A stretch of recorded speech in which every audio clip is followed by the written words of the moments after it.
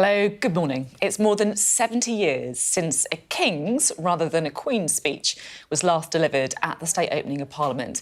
But that is all due to change within the next hour or so. Although as Prince of Wales, King Charles did travel to Parliament last year to read the Queen's speech on his mother's behalf, today is the first time he will perform the role as monarch. His speech, which will set out the government's agenda for the next session of Parliament, is also a first for Rishi Sunak. He was still Boris Johnson's Chancellor at the last state opening of Parliament.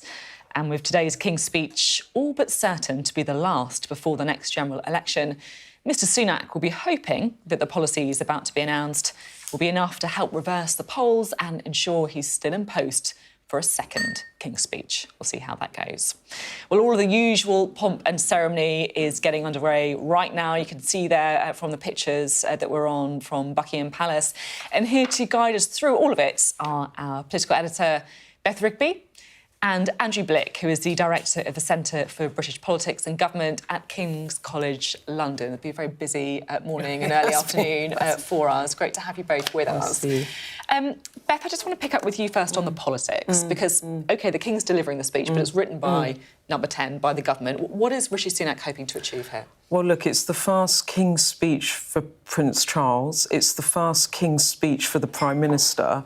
And I think there's one man that will be confident that he will be doing it again after an election, and that isn't at the moment necessarily the Prime Minister, because he is still massively behind in the polls. He has a number of events over the autumn in which he can try and do the Rishi reset, as we dubbed it, as conference, but I have to say I don't think that this is going to be the moment for him, in that there is new legislation in the speech, but a number of the bills, nearly half of them are rollovers from the Boris Johnson administration. And I guess the question in all of this is, where's the big, bold Rishi Sunak vision for the country that will turn on voters that have switched off from the Conservative Party? When I spoke to Conservative MPs last night, they were just feeling quite down about it all, saying that the sum of the parts doesn't add up to the rhetoric that he's saying about long-term vision for Britain. But I think we also have to put this into the context of we are going to get an autumn statement later in the month, and that could be the moment where a Prime Minister can actually lay down policies that have a more immediate impact for voters that at the moment have looked away from the Conservatives and are looking at Labour. Well, we'll be having a look to see if Beth's test is met. Is it going to be enough to change the dial at all as we get more detail on that? Andrew, I think lots of people watching this will find the whole thing a bit bizarre, that you've got the King there reading out to the cameras, his words, but they're not really his words, are they? No, we live in a constitutional monarchy, which means while we have a hereditary head of state, a queen or king as we have now, they reign but they don't rule, and it's the government accountable to the electorate which rules, so to speak. However, this is the way we like to do things in this country. We like the pomp, we like the ceremony. It's an important part of the way we organise our society, whatever you may feel about it. And the King will be reading out the legislative programme of the government, but it won't be his personal agenda, it will be the agenda of the government. Yeah, really important to remember that. It'll be kind of a neutral tone, won't it? That's what we often expect from the King, to show that he has no view on his words that are coming out of his mouth. Thank you both. We'll have lots more from you as this special programme rolls on. But I want to talk a bit about the detail of the speech now, because it's thought that much of the speech is going to be focusing on law and order, with the Conservatives keen to re-establish their credentials as tough on crime. So what can we expect? Existing plans, such as compelling defendants to attend their sentencing hearing, will be finalised. And we're also expecting measures to impose tougher sentences for serious crimes, including rape, as well as mandatory prison sentences for repeat offenders who commit burglary and theft. A scheme to rent space in foreign jails in an effort to ease prison overcrowding, that could also be on the cards today. Elsewhere, an annual system will be introduced to award new oil and gas licences. The government insists that will help the UK reach its net zero in a realistic way, but environmental campaigners aren't too happy about it.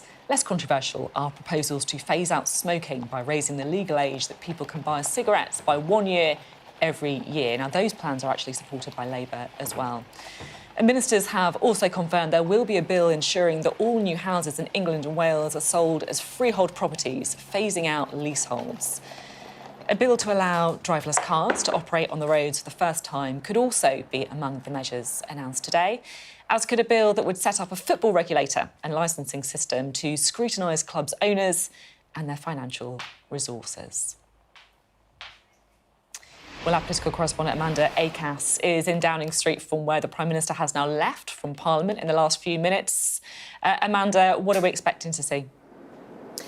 Yes, so Rishi Sunak set off about 20 minutes ago from Downing Street to make that very short journey to Parliament. It was a much more low-key departure than we're expecting from the King in his full regalia. But it is a very important moment for Rishi Sunak. His first chance to hear the King reading out the legislative agenda of him and his ministers in that speech written by the government. And for him, it could well be the last time he's able to do that, because we're not really going to see another King's speech before he has to call the next general election by the end of January 2025. And therefore, what he needs to do with this speech is really try and capture the public's imagination a little bit, persuade them that he does have the ideas and the leadership to stay on as Prime Minister next time around, and try and reverse those really dire poll ratings that he's currently dealing with. And as such, the measures that are included later today, we're expecting to be pretty political, really trying to set out the dividing lines between the Conservatives and Labour, rather than being hugely meaty in terms of their policy content, because frankly, there isn't really that much time to get all that much through Parliament anyway. So that's why we're really seeing this big focus on crime and justice, showing they're tough on law and order, making sure criminals attend court to get their sentences, to give longer sentences for rapists, to make sure that there are full life terms for the murderers who commit crimes with a sexual element, and also the oil and gas licensing that we heard a lot about yesterday, ensuring that those licences are given out every year. That's really designed to create a bit of a gulf with them and Labour, who said that they will ban any future new licences for fossil fuels in the North Sea. Labour say we don't need to do that, the government can do that anyway if they want to, but that's why it's really quite a political statement that the government are trying to make about their continuing commitment to homegrown fossil fuels, as it were. We're also expecting to hear more about reform of leaseholds. That's something the government's been promising to do for a very long time. They still haven't done it. It has been a bit controversial, but that's trying to show that they understand some of the housing issues. But we'll hear much more at 11:25. We certainly will. We'll bring that to you as soon as we have it as well. Well, Amanda was talking there about the politics, what we're expecting in policy terms to be in the King's speech. But of course, there's a lot of pomp and ceremony before we get to that. We're looking at the sort of procession already starting down the Mall, because there's some pretty unique customs around this event. So we can go to our royal correspondent, Laura Bundock, who's at Buckingham Palace for us. Laura, what are we expecting to see from there? Well, already we've seen 2 carriages go past as part of this huge procession that ends with the monarch leaving the palace. A carriage for a crown, Queen Alexandra's state carriage carrying the imperial state crown. The King will leave here in a carriage himself. He will travel with a military escort, the household cavalry accompanying him. And when he arrives at Parliament, a 41-gun salute will be fired. This is the one day of the year, of course, the monarch is allowed inside Parliament. And as we've been saying, it's the first time in decades a king will have sat on the throne inside the House of Lords chamber. For added drama to this, if there wasn't enough already, they will have dimmed the lights inside the chamber and they will be raised as the monarch enters the room. He will be wearing the ceremonial robes of estate, and that imperial state crown last on his head on coronation day. He will be wearing that as well. It is a big day for him as he sits down and reads the speech. And as we've been saying, words not written by him, he will say exactly what ministers want him to say. There is, though, usually a little bit of personal content in there, and it is customary for a new monarch to reflect on the life of the last monarch.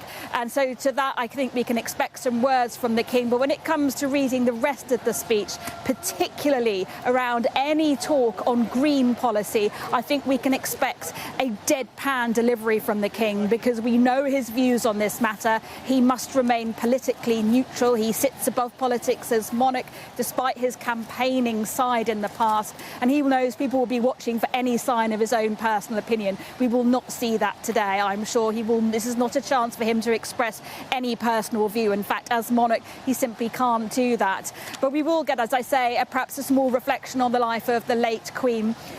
The King has been here several times before, not just when he deputised the late Queen last year, but back to 1967. He's been accompanying her nearly every single year at the state opening of Parliament. He knows the routine here. This is, though, a big moment of theatre, isn't it? A big day for him, though, as monarch. And also accompanying him, not just the soldiers, which you can see behind me now, but protests too. Up to 500 were expected outside Parliament, anti-monarchy protesters who see this as an unnecessary ceremony. They're not agreeing with the institution itself. They're outside Parliament now. The King, no doubt, will see them as he enters Parliament a little bit later on.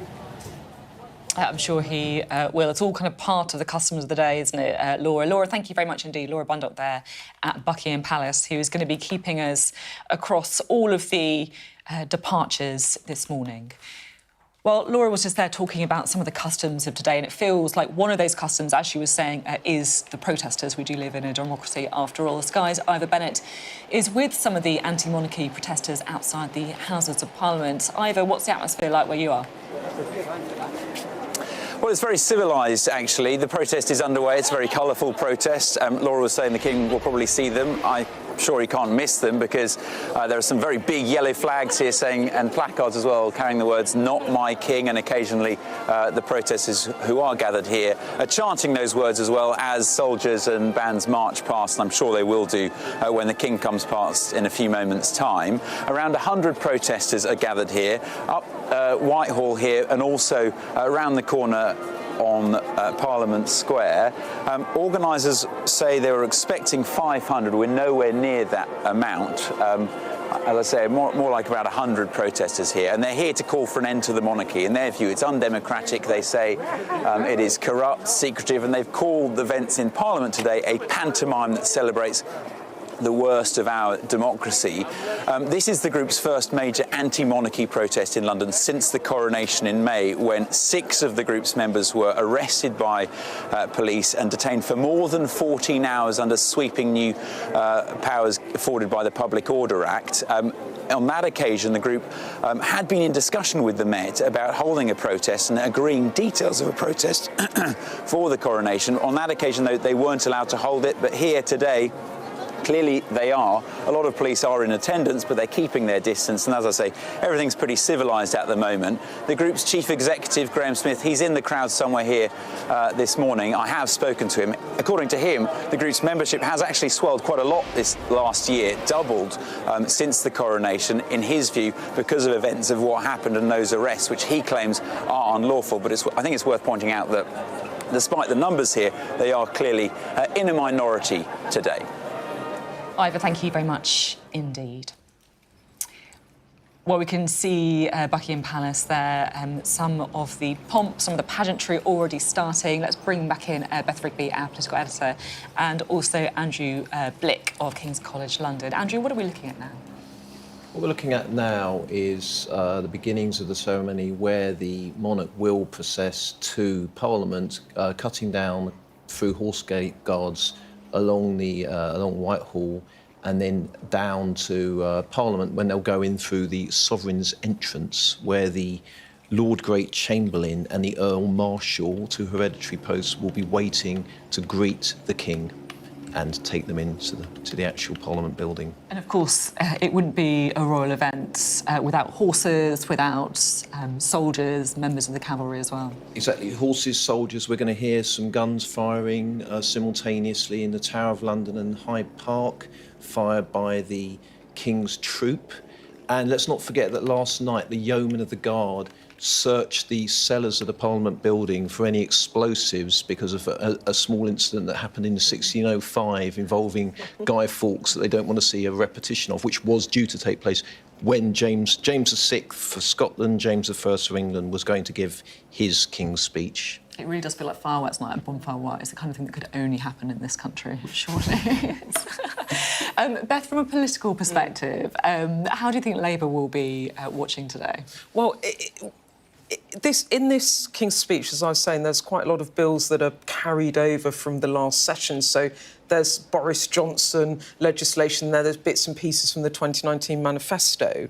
But there is some Rishi Sunak attempts to draw dividing lines with Labour in all of this. So the minimum service levels around strikes, that's going to be, we expect, in the King's Speech. And, of course, the oil and gas licences to have a renewal automatically annually.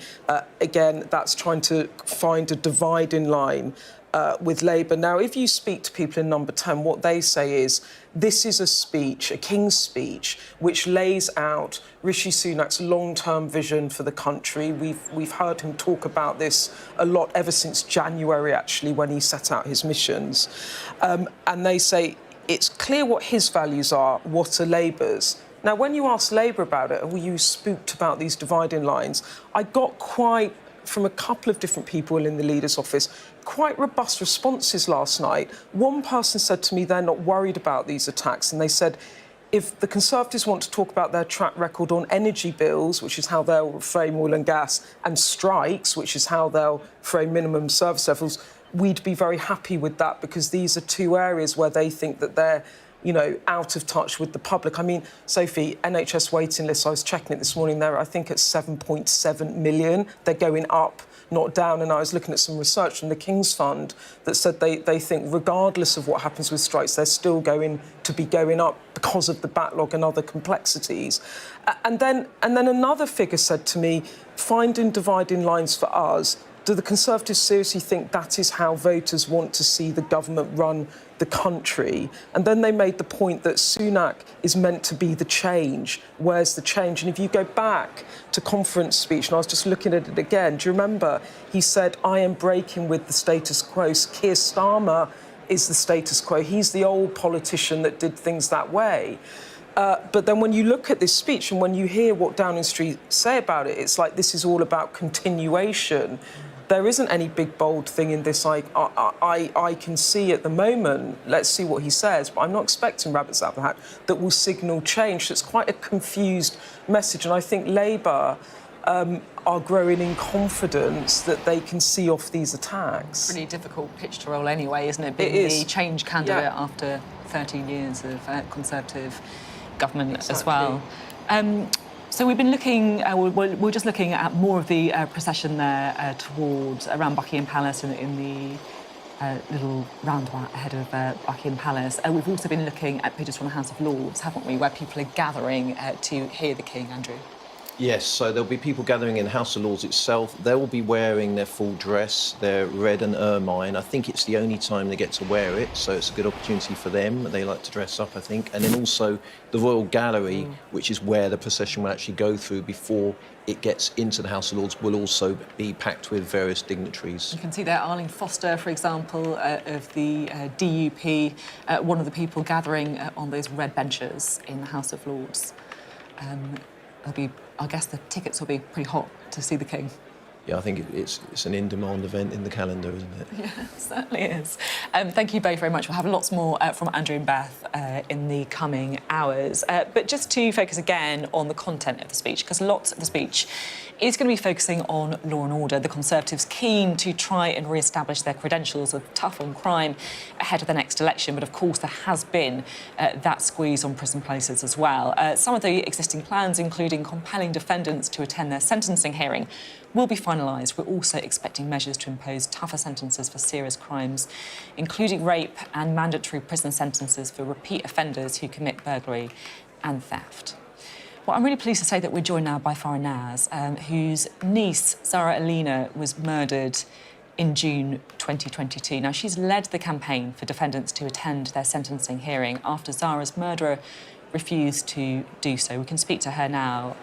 Farah, it's such a pleasure to have you on the programme today. I know the campaign that you've been doing over the last few months and years has been really quite astounding. Do you welcome the measures that we're expecting to be announced today?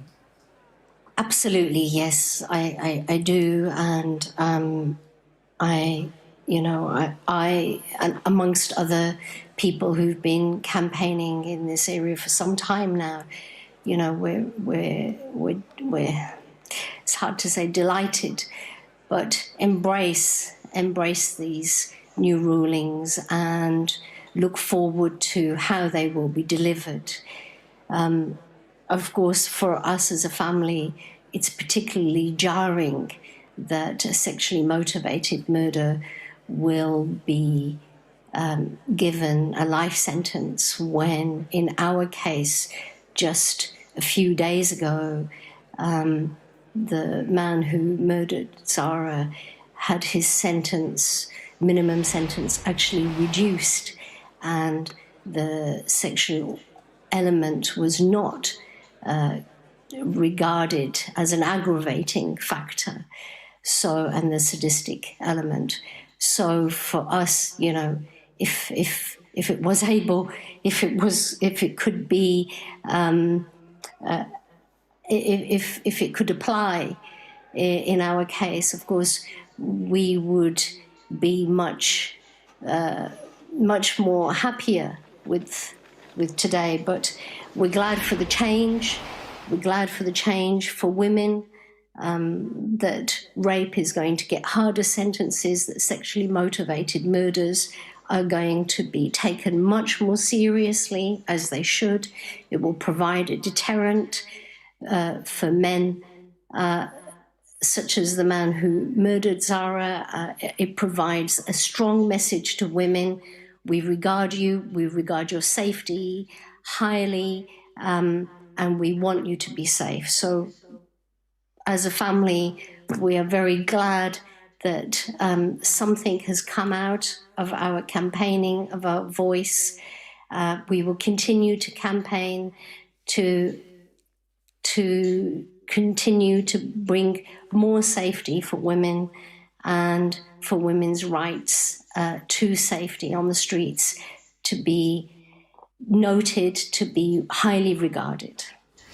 You say there, of course, that it's too late for Zara, but as you say, perhaps part of her legacy, that these changes are coming in. You also talked a bit about delivery, and I do wonder if you have any concerns about, it's easy to announce these things, but then it is in the delivery, isn't it? And the person who killed Zara didn't turn up for his sentencing. He walked out, I think, halfway through his appeal. And as you say, then his sentence was reduced on appeal. He won his appeal to reduce his sentence just a matter of days ago. Are you concerned that the delivery might not live up to the rhetoric here? Well, a while ago I wouldn't have said that I would be concerned, but as services and systems, we see systemic errors all the time now in our story. I am concerned about the delivery, and I hope that it is carefully thought out, and I hope also that that it's sustainable. However this is going to be delivered, it needs to be sustainable. It's important that when felons are forced into the courtroom for their sentencing, that this is done respectfully, both for the staff, the workers, the prison officers, for probation officers, so that it doesn't place too much burden on them, that persuasive measures are used, and that the legal community are behind it. If people aren't behind it, then it won't be delivered so well. So it's important that everybody has buy-in. And also, I think there does need to be, certainly from my experience, our experience from the appeal hearing, there needs to be thought behind how we deliver and how we're consistent with the messages that we give to felons and the messages that we give to women. Thank you very much indeed. Farah Naz there, who has, of course, been campaigning for changes in the law after the murder of her niece, Zara Alina. Thank you very much indeed. Well, we're going to take you to Buckingham Palace now, where we're expecting King Charles to leave in the next few moments and make his way to the House of Lords. You can just see the horses just poking their heads around there too. Let's have a little chat now, shall we, to Laura Bundock, who is at Buckingham Palace. Laura, what's happening? So what you can see now is lining up the household cavalry who will be escorting the King and Queen and the royal carriage procession, which will then be making shortly its way from Buckingham Palace to Parliament. This is, as I've been saying, the one day of the year that the monarch is allowed inside Parliament this day, an important reminder of his constitutional role as a head of state to represent and deliver the government's speech. He doesn't, of course, write these words. These are the words of his government, his ministers, and he will say exactly what they tell him to say. But I think we can certainly expect some personal references from the King inside that speech. And there will be 2 outriders on grey horses accompanying the King and the Queen. They will be travelling in the Diamond Jubilee state coach. Well, I think we can see that carriage now on our screens, making its way there through Buckingham Palace. Andrew, what are we looking at now?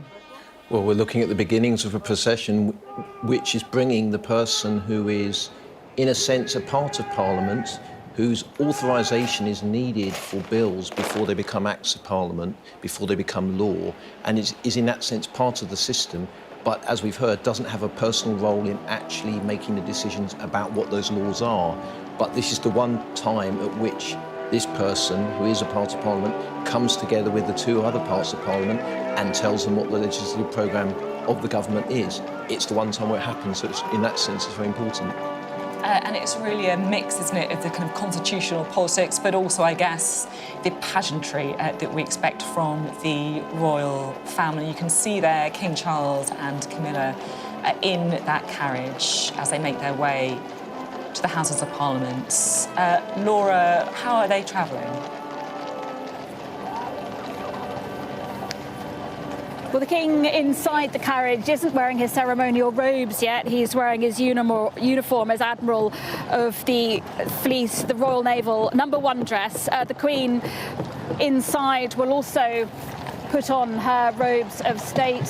The King will inside Parliament put on the imperial state crown, which he last wore on Coronation Day. The crown just a few minutes earlier making its way in its own carriage to Parliament.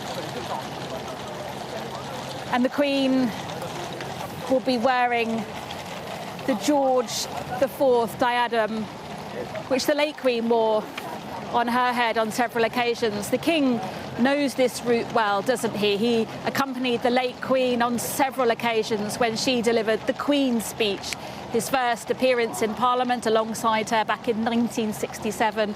This is his first appearance, though, as King.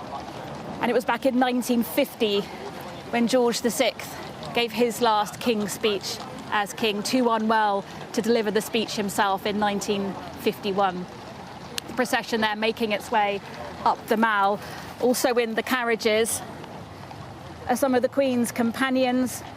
And in the 3rd carriage, the Princess Royal in her role as Goldstick, a ceremonial role, the head bodyguard, if you like, of the King.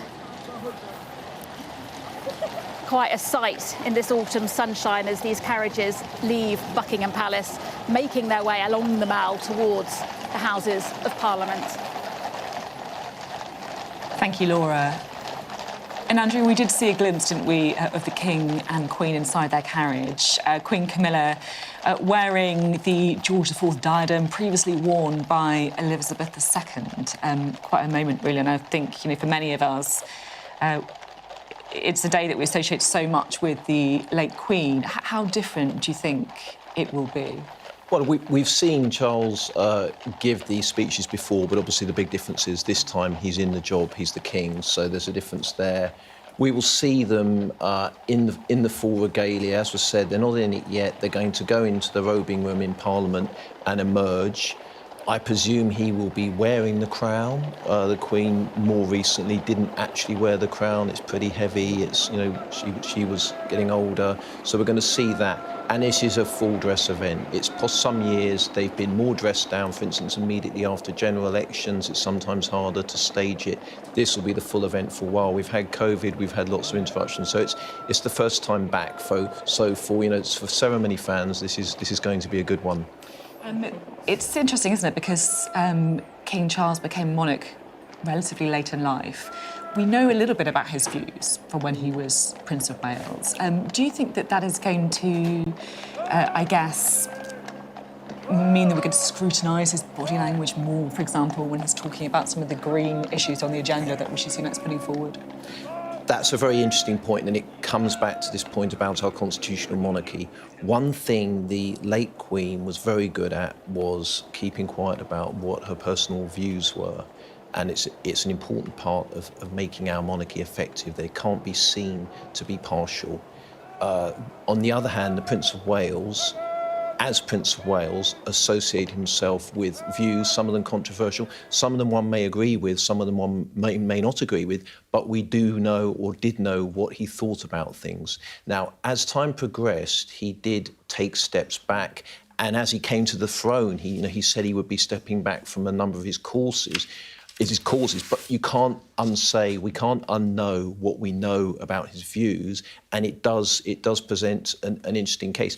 Body language, we'll see, won't we? But I think body language or not, we do know where he stands on certain issues. For instance, I suspect we know where he is on fossil fuels, and we may hear something in the speech that relates to that.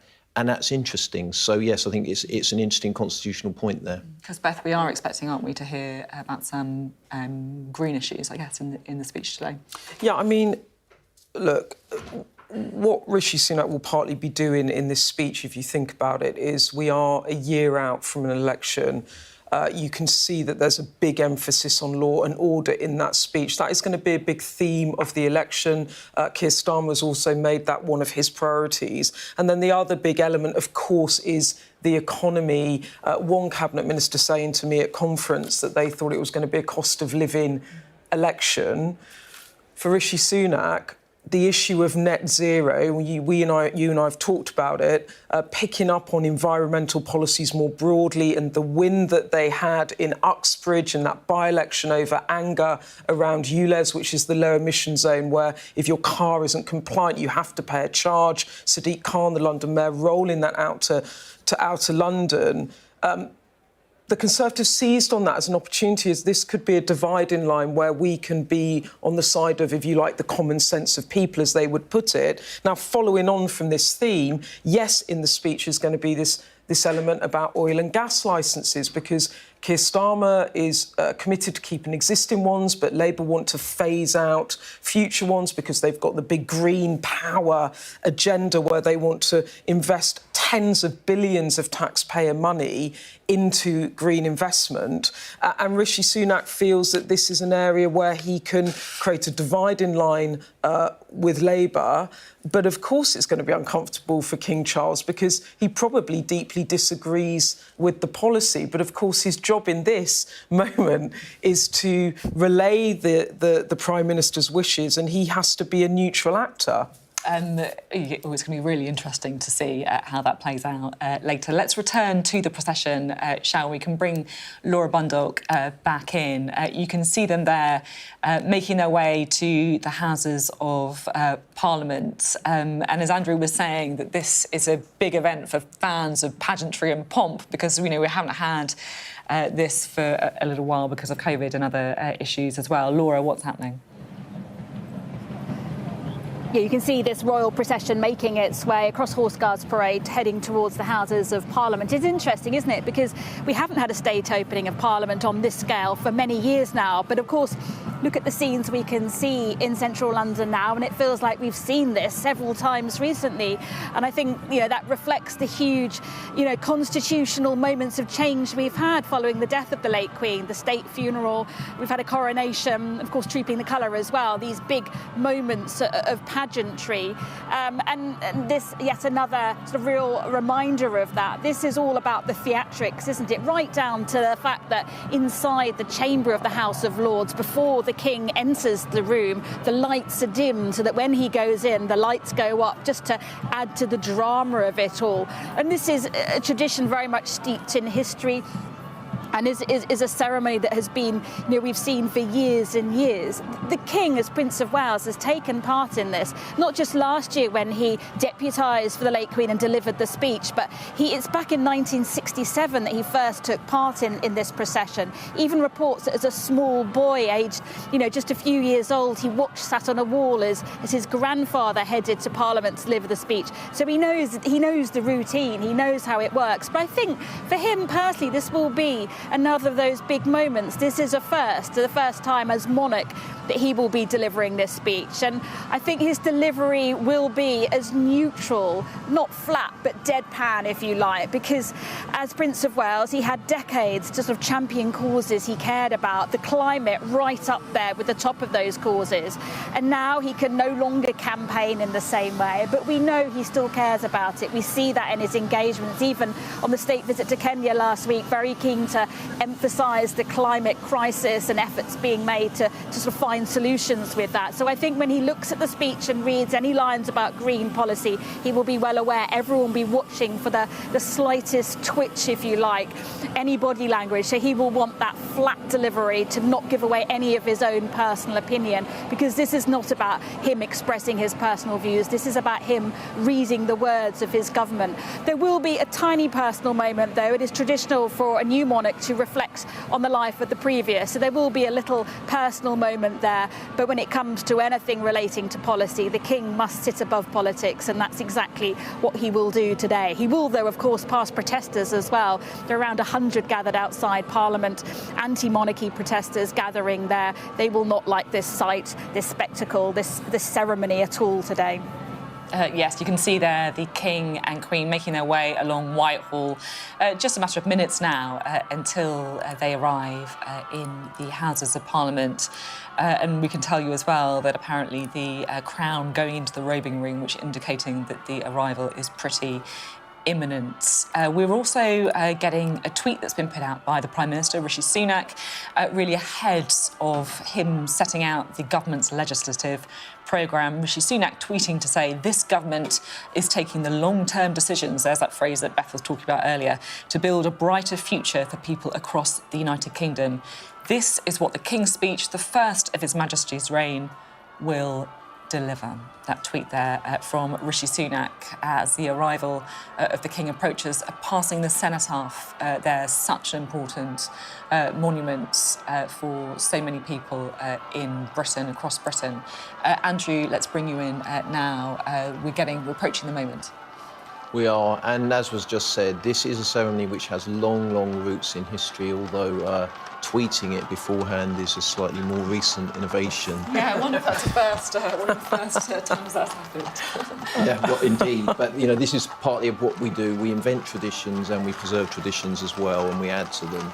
The actual ceremony in this form really goes back to 1852. There was a great fire and the existing parliamentary building was burnt down in 1834. Then we got the rebuild, the building we know now. So there's lots of precedent going much back much further, but really the beginnings of the way it's done now go to 1854, 1852. But it is a very, very important traditional ceremony. And I guess from the carriage to the crown to the robes, all of this is steeped in tradition.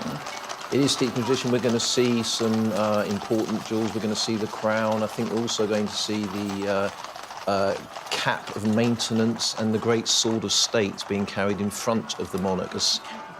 Well, it's a good question. I think by tradition it's something that popes gave to monarchs, but it's a symbol of power. So I'm hoping we're going to see it. That we want to look out for as well. You can see there the carriage moving along Parliament Square, bedecked in flags, all these rows, of course, closed to allow the full pageantry and pomp of the occasion. And who is it who's escorting the King and Queen, Andrew? Well, when they actually get to the sovereign entrance, it will be two royal officials, the Lord Great Chamberlain and the Earl Marshal. They're both hereditary posts. The Earl Marshal is the Duke of Norfolk, who is the most senior non-royal in the kingdom, and it goes down through their family. He's actually a relative of Catherine Howard, fifth wife of Henry VIII. And then we have Lord Carrington, who I believe is the Lord Great Chamberlain, another hereditary post that's actually split between different families. And whenever a monarch passes away, as happened last year with the late Queen, it passes on to one of the other families. They've got it at the moment, and they're responsible for handling things for the monarch. Then they hand over to some of the parliamentary people as well. Let's bring Laura in, shall we? We can see the King and Queen approaching Parliament, approaching Westminster. The carriage being pulled by those absolutely resplendent white horses. Laura, what are the King and Queen wearing today? I didn't quite catch you there, Sophie, yeah, but you can see there the King in his carriage. It's a Diamond Jubilee state coach, this one. He could actually have travelled in the gold state coach, but it's known to be incredibly uncomfortable, which is why I'm sure he opted for this one instead, much more modern inside. He will be taken up to the Sovereign's entrance at the Palace of Westminster, and that's where he will be received, and then make his way into the royal robing room. Both the King and Queen will put on the robes of state, and the King will then place on his head the imperial state crown. As I say, the crown we last saw at the coronation, last worn by him on that day. The Queen doesn't wear a crown, but she will wear a state diadem, and then they will make their way towards and from the Sovereign's staircase into the royal gallery. And like I say, that moment of drama, the lights are dimmed, then they go back up again before he sits on the throne. Remember last year when he delivered the Queen's speech, because he wasn't king and hadn't been crowned, he didn't wear the crown at that point. The crown was next to him, a very symbolic moment, really, a symbol of the crown and its role within the two houses. But this time, of course, as monarch, he sits on the throne and he will deliver the speech of his government, very much written by his government. His ministers will have written the words, but it is customary for a new monarch to say something about the life of the last, and I think we can expect that today. But it will be this deadpan delivery we can expect from the King. It's the one day of the year that he's actually allowed inside Parliament. Never will go inside, but today he will go inside for this sort of theatrical moment, if you like. Yeah. I mean, I think if you landed in the UK with no experience of this, you would perhaps wonder what was going on. You can hear now the 41 gun salute starting from Green Park behind me. That announces that the Sovereign, the King, has arrived at Parliament.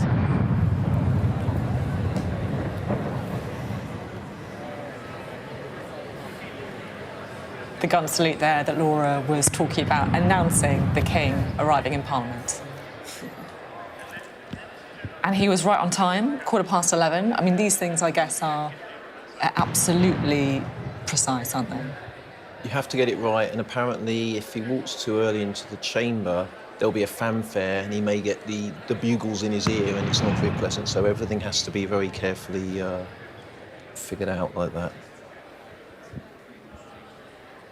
And you can see there the members of the House of Lords are waiting to hear the King as that gun salute rings out from Green Park, signalling that the King and Queen are arriving in Parliament ahead of the King's speech.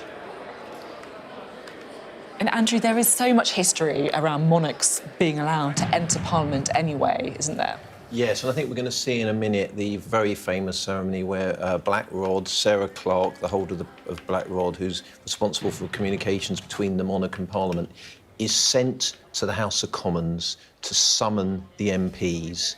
And in recognition of certain problems that an earlier Charles had with Parliament, when Charles I, who tried to arrest MPs, the door to the entrance to the chamber of the House of Commons will be slammed in the face of Black Rod, and Black Rod will have to knock 3 times with the black rod from which the job title was derived.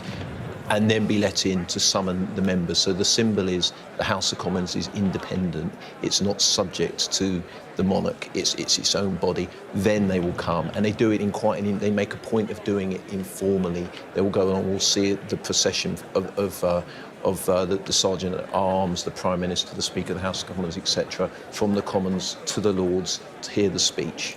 And I mean, that's one of, as a political watchers, that's one of our favourite bits, because you get to watch prime ministers and leaders of the opposition and chancellors and shadow chancellors process together. And I remember one year Boris Johnson and Jeremy Corbyn, and Boris Johnson was sort of scratching his head and trying to make conversation, and Jeremy Corbyn was having absolutely none of it. So it's always interesting for us to see sort of how well these people do or don't get on. Rishi Sunak and Keir Starmer probably, you can imagine them making some polite chat, right? They might make some polite chit-chat, but maybe things are getting a bit rougher between them now, huh? Yeah, it's sharp, a bit more personal. Bit more personal, the battle lines are being drawn. I mean, interestingly, I was thinking about one thing about the tougher sentence and stuff, where this is a Rishi Sunak initiative rather than a hangover from other administrations about the tougher sentence of life means life. And it did occur to me that in terms of political positioning, Tory sources just pointed out to me that when Keir Starmer was Director of Public Prosecutions, he said that it doesn't always, let me find the exact words, he said at the time he didn't think all murders should be a life sentence. So you can see within this speech, it might not be obvious now, but as we go into an election, what are these divides that the Prime Minister is drawing and kind of stacking up potential attack lines, personal and policy-wise, on Labour? It's actually fascinating. Yeah, the fallout from this, I think, will be quite interesting to see how Labour react to it as well.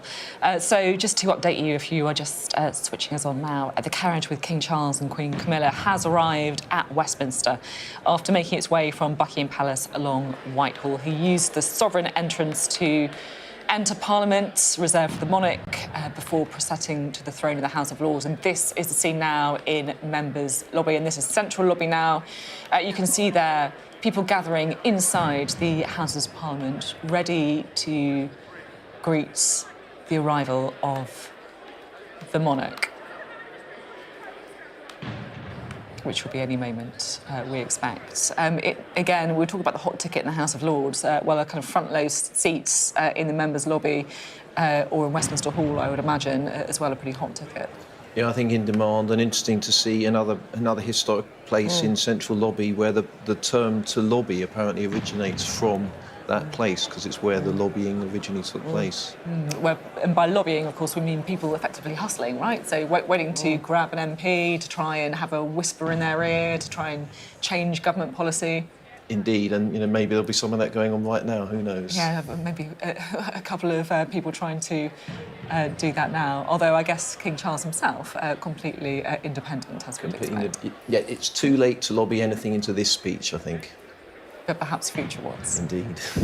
So who are the people that we are expecting to be there? Is that staff members? Is it MPs? Who are we looking at? We're looking at, I suppose, staff members. We have various dignitaries. We'll have senior judges will be there, foreign ambassadors, high commissioners, all range of things across the different chambers where it will be taking place. But I should imagine there we're looking at maybe staff members, relatives of staff members. They look quite young, don't they, some of them? Yeah, they do. I'd imagine that these are probably people working for MPs. Looking at Members' Lobby now, you can see MPs gathering there. A couple, you can see Kath McKinnell there, the Labour Party. You can see Michael Ellis of the Conservative Party there on the front row, trying to pick a couple of people out. Kevin Brennan there as well at the Labour Party. So again, it's MPs there. It's a big moment for people in Parliament, as Beth was saying. If you are a Westminster watcher, then this moment, the kind of official opening of Parliament by King Charles III, the first by a king in 70 years. It's quite a moment. Yeah, I mean, I also think that it's another, in terms of the symbolism of the day, of course it's a massive occasion for Parliament where a government sets out a mission, but today this is another sort of staging post, isn't it, on the handover of, or the shift from the Elizabethan age, which we all grew up in and I knew all my life, to the Carolean age of Prince Charles. So it's a massive moment in our history, isn't it? It does feel that way. It almost feels more important as a regal moment today than as a political moment. I think that's right. And even the way the King's speech, I mean, I kind of think of the film, you know, when you hear it, because we've been so used to covering Queen's speeches in the past. It does feel like such a line in the sand. You can see why people want to get in the room and want to line up in the chamber to be part of this piece of history. It's a big first moment in the job, isn't it? I should imagine. And I guess for King Charles as well, something that he will have grown up watching, knowing that at one stage in his life, he could be the person sitting on the chair, opening Parliament, delivering the words of the Prime Minister as monarch. And this is the year that it's finally happening. Yeah, and it'd be interesting to know, do they rehearse, do they run through? Presumably he must try somewhere, and he must know what's in it. How soon are they told? Yeah, it'll be. Yeah, I mean, there must, like you say, the rehearsals for these kind of things from the perspective of the speech, and this is something that Number 10 and the government would have been crafting for many weeks now, but also the pageantry of it too. We're looking at pictures there of both the House of Commons and the House of Lords. And what is the role of the two different chambers today, Andrew? Well, the House of Lords is obviously the venue for the actual speech, and the House of Commons, as we were talking about. We can see there the Speaker, just to bring you in there, Lindsay Hoyle, the Speaker. What are we looking at, Andrew? Well, we're looking at the Sergeant-at-Arms walking in front of the Speaker. So the Sergeant-at-Arms is, in theory, the kind of head of security for Parliament, and the mace is I suppose, their weapon, and that's what they're carrying on their shoulder. And what's the history of the mace? Well, I presume it's a medieval weapon that was once actually used for the actual purposes for which, you know, of defence, and now I presume they've got other security devices as well. Now it's more of a ceremonial item. But yeah, again, very important part of the whole ceremony. And here we have the Lord Speaker here. And you can see him entering the chamber there. The chamber with the train behind them, I think. We also see the Lord Chancellor will be involved in this. And Beth, it will be a historic moment for the Speaker as well. The fact that it is as you were saying, such a moment with the King's speech, the first King's speech in 70 years, and it is Sir Lindsay Hoyle who is involved. And Sir Lindsay Hoyle has had, you know, he was the Speaker when the Queen died, so he has had a very ceremonial role over the past year. So I imagine that this will be, a very significant moment for him too.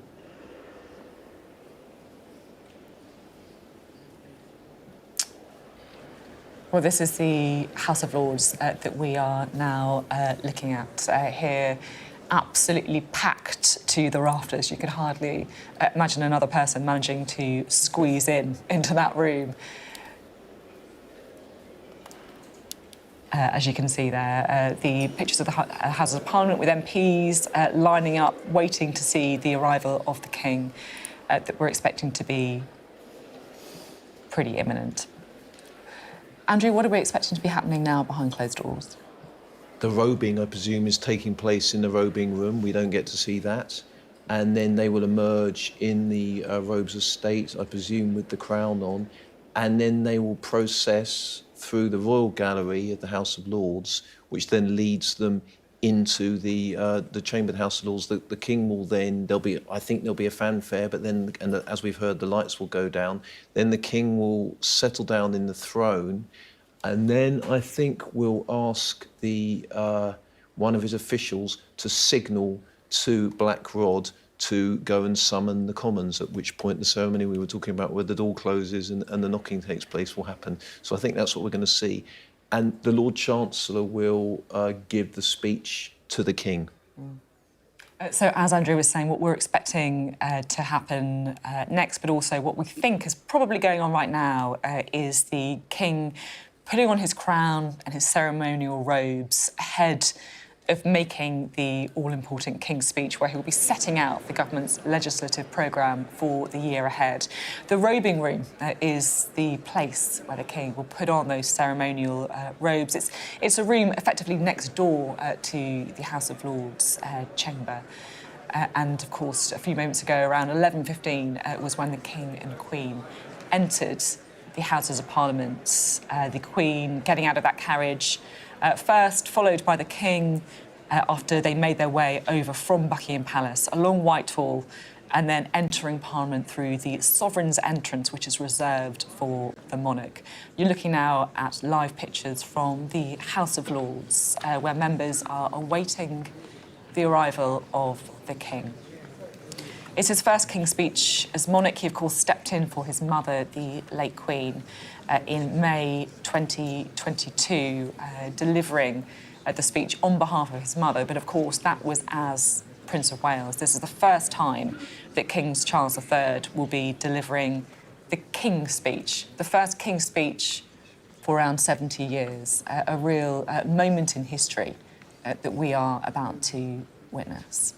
It's interesting as well, Sophie, you know, last night, Insiders in Number 10 said in terms of the King's Speech that this won't be a wow moment. There won't be a shiny new policy that will somehow dazzle us all. But how dazzling is that in terms of a wow moment, just ceremonially, of the traditions of this country that you have a handover from a queen to a king, and this all continues on. We're looking there at live pictures from the House of Lords, where we can see some people entering the chamber. Andrew, what's happening? Looks to me like they're getting ready for the actual imminent arrival. I think we can expect the procession to start very soon. And as was said, whatever's in the speech, they're definitely putting on a good show for us. So I think we can expect that all to be happening as we would expect. And Somnaj, I don't know if this is right. You'll have to help me because I am definitely a novice on this. But the Queen and the King will both. Here they are. They're arriving. You can see there King Charles III entering the House of Lords, wearing his ceremonial robes. And Andrew, everything that he wears, everything that the Queen is wearing, carefully chosen according to tradition. Yeah, very much in accordance with the tradition. It would have been put on in the robing room, all carefully worked out, especially for the occasion. And the imperial state crown we can see there, of enormously valuable item, as many of the other items on display. And I think we can see the great sword of state there? But it's all been worked out very carefully, and this will have all been carefully stage managed. We can be sure about that. Yeah, the ceremonial mace placed in the House of Commons. My lords, pray be seated. And let's listen.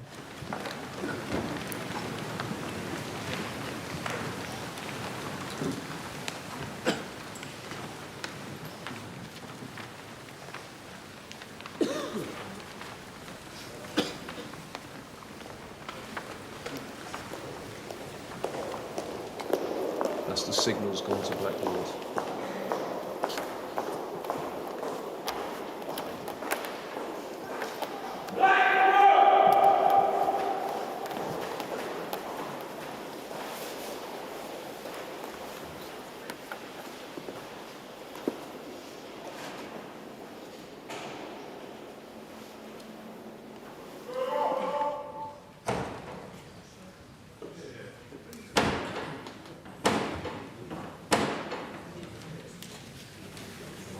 Black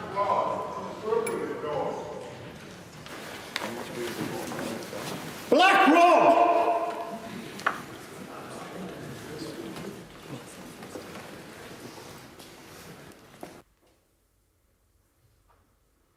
Black Rod entering the House of Commons there. Andrew, just explain what's happening. Black Rod is going to be summoning the MPs to attend the speech. And they are somewhat putting on a show of somewhat reluctance, will come and attend the speech to emphasise that they're doing it because they're choosing to do it rather than just because the monarch's telling them what to do. It's an important part, again, of our constitutional monarchy. There goes the Sergeant at Arms, I believe, with the mace, followed by the Speaker. See, look, they're joking around. That's the interesting bit. They make a point of joking around. And some MPs who are known for being Republicans will make slightly cheeky comments at times has been known to happen. Dennis Skinner, of course, Indeed, famously used to make a point of that, didn't he? Yes, exactly. That was part of his routine and much appreciated. So it's all part of the show. As you can see, they're walking not particularly formal way. Then we have the Speaker, followed by the Clerk of the House of Commons, I think, will be in that procession, and there's Blackrod, Sarah Clarke, and then the Prime Minister, the Leader of the Opposition, and various other MPs following behind them. And of course, we saw that incredible moment when the door of the House of Commons slammed in Blackrod's face to symbolise the Commons' independence from the Crown. Really important part, as you say, Andrew, of the ceremony, and of really showing the separation between the Crown and the legislative body. There you can see Keir Starmer and the Prime Minister. They look like they're having a nice chat. Bit of laughter there. We'll get some a speech expert on that later, Sophie, shall we? Yeah, we should. Body language expert, maybe. I always love to know what they are talking about in these. They probably work it out before, don't they? Think like, oh, that moment, I'm going to have to say something, so I look like I'm, not too grumpy. I think chit-chat is the order of the day going through there, isn't it? Talk about each other's kids, maybe, or, how the wife's doing. Or you can see there people from the House of Commons filing through into the House of Lords, ready to listen to King Charles setting out the government's legislative programme for the year ahead. Lots of MPs there from both benches filing through. And as Andrew was saying, they try and do it in an informal way, is how you put it, to try and show that they're doing it out of their own volition. They're not being ordered to do it by the King. Yeah, almost making a show out of not making a show, if that makes sense.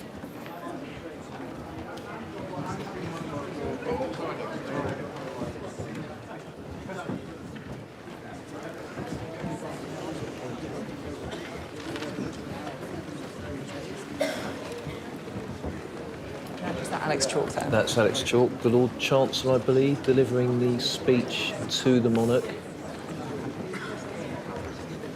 Kneeling.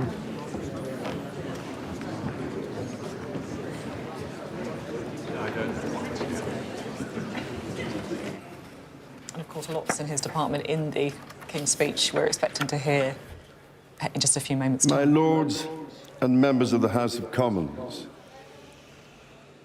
it is mindful of the legacy of service and devotion to this country set by my beloved mother, the late Queen, that I deliver this, the first King's speech in over 70 years.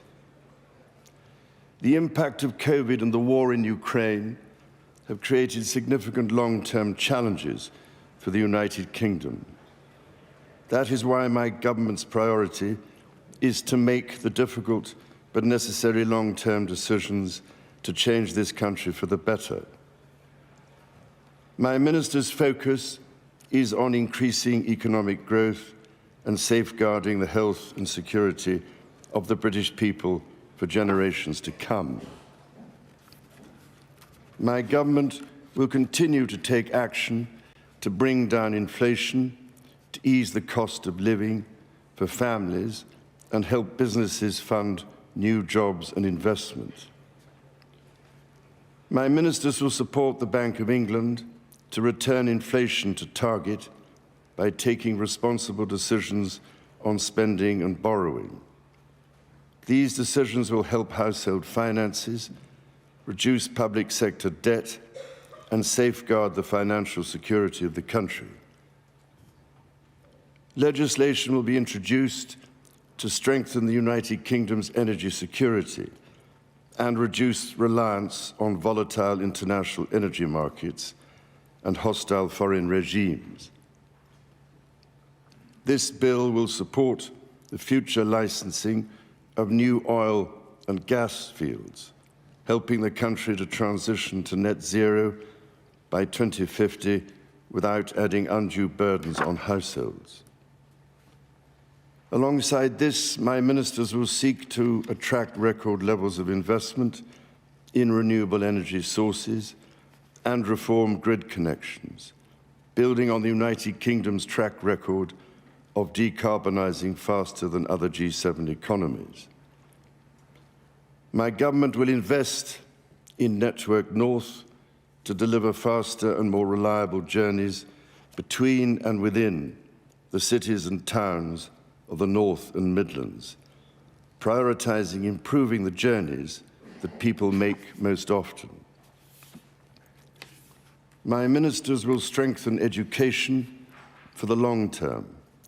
Steps will be taken to ensure young people have the knowledge and skills to succeed through the introduction of the Advanced British Standard that will bring technical and academic routes into a single qualification. Proposals will be implemented to reduce the number of young people studying poor quality university degrees and increase the number undertaking high quality apprenticeships.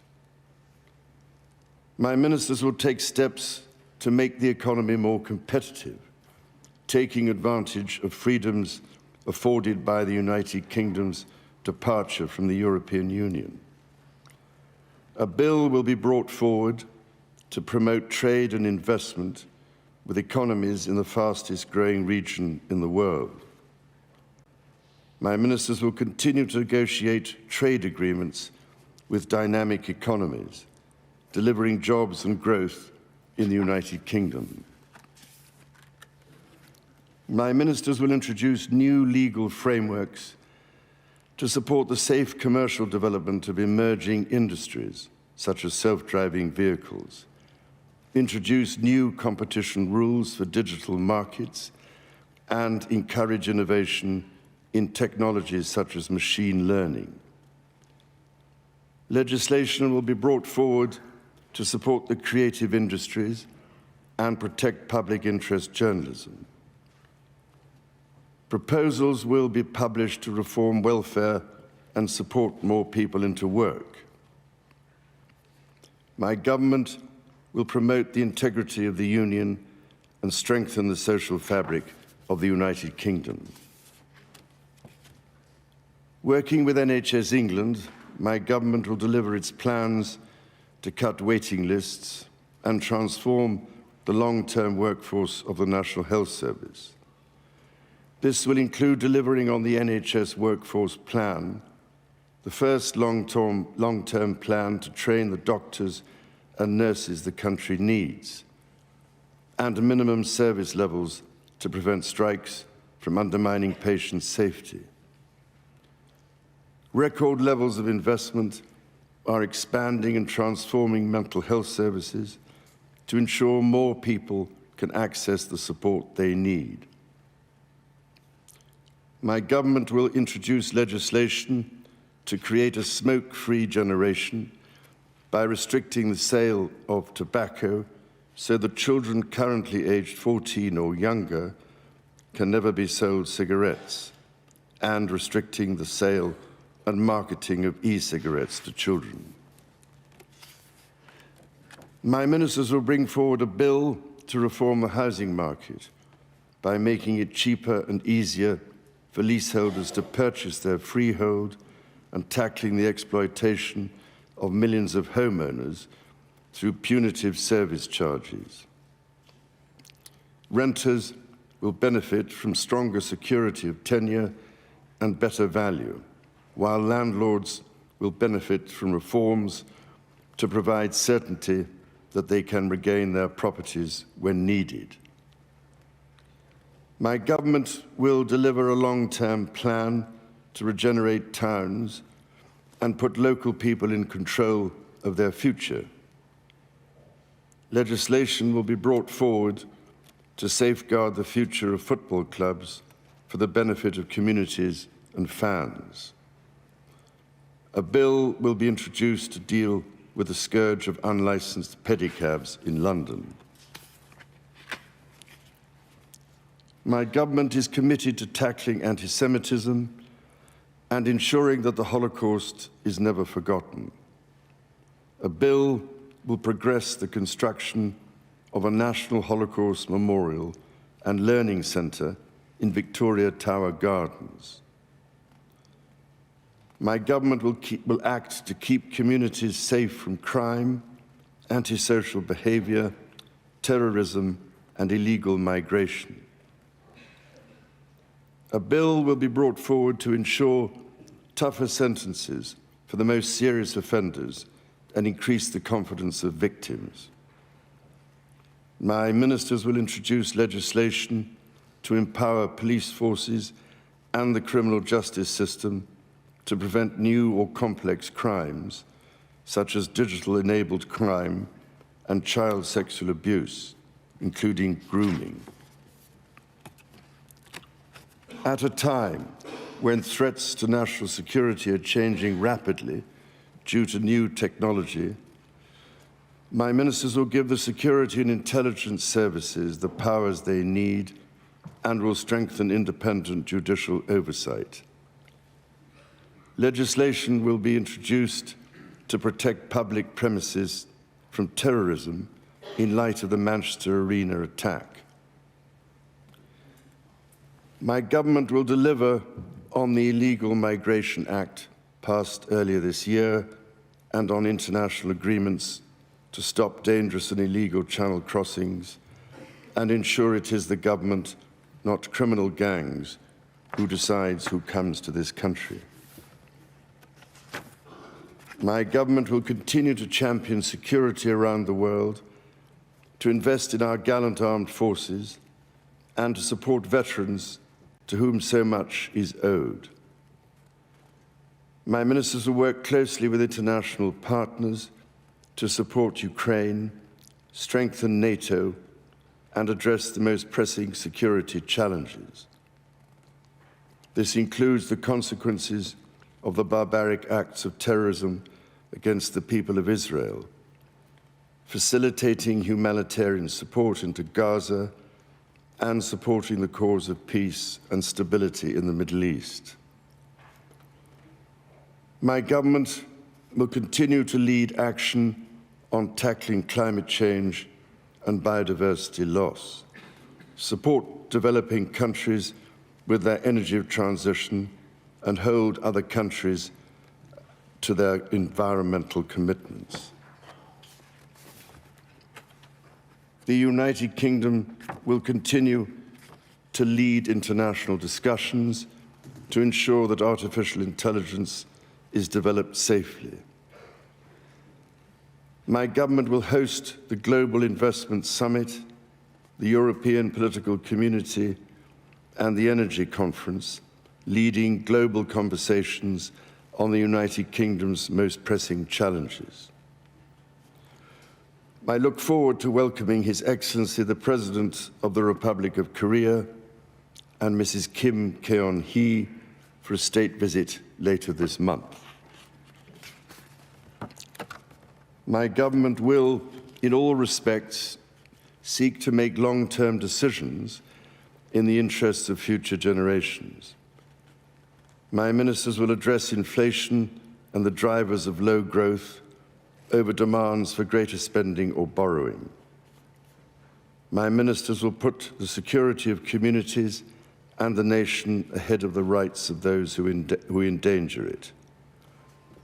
By taking these long-term decisions, my government will change this country and build a better future.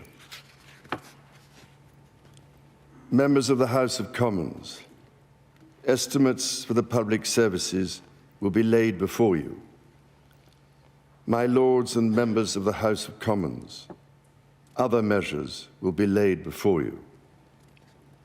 I pray that the blessing of Almighty God may rest upon your counsels.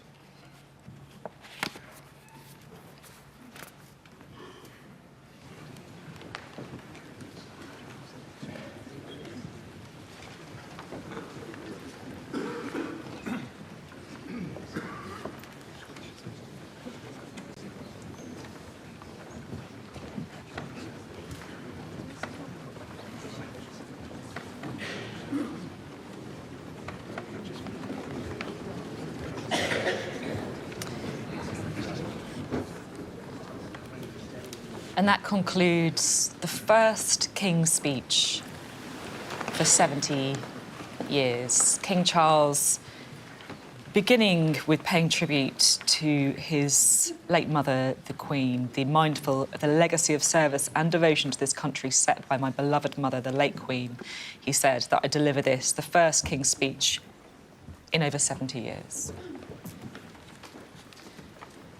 21 bills in total announced, from new oil and gas licensing to a tobacco bill that means those 14 years and younger will never be able to buy cigarettes, a renters bill to help leaseholders, and of course the sentencing bill to increase sentencing for the most serious of offences.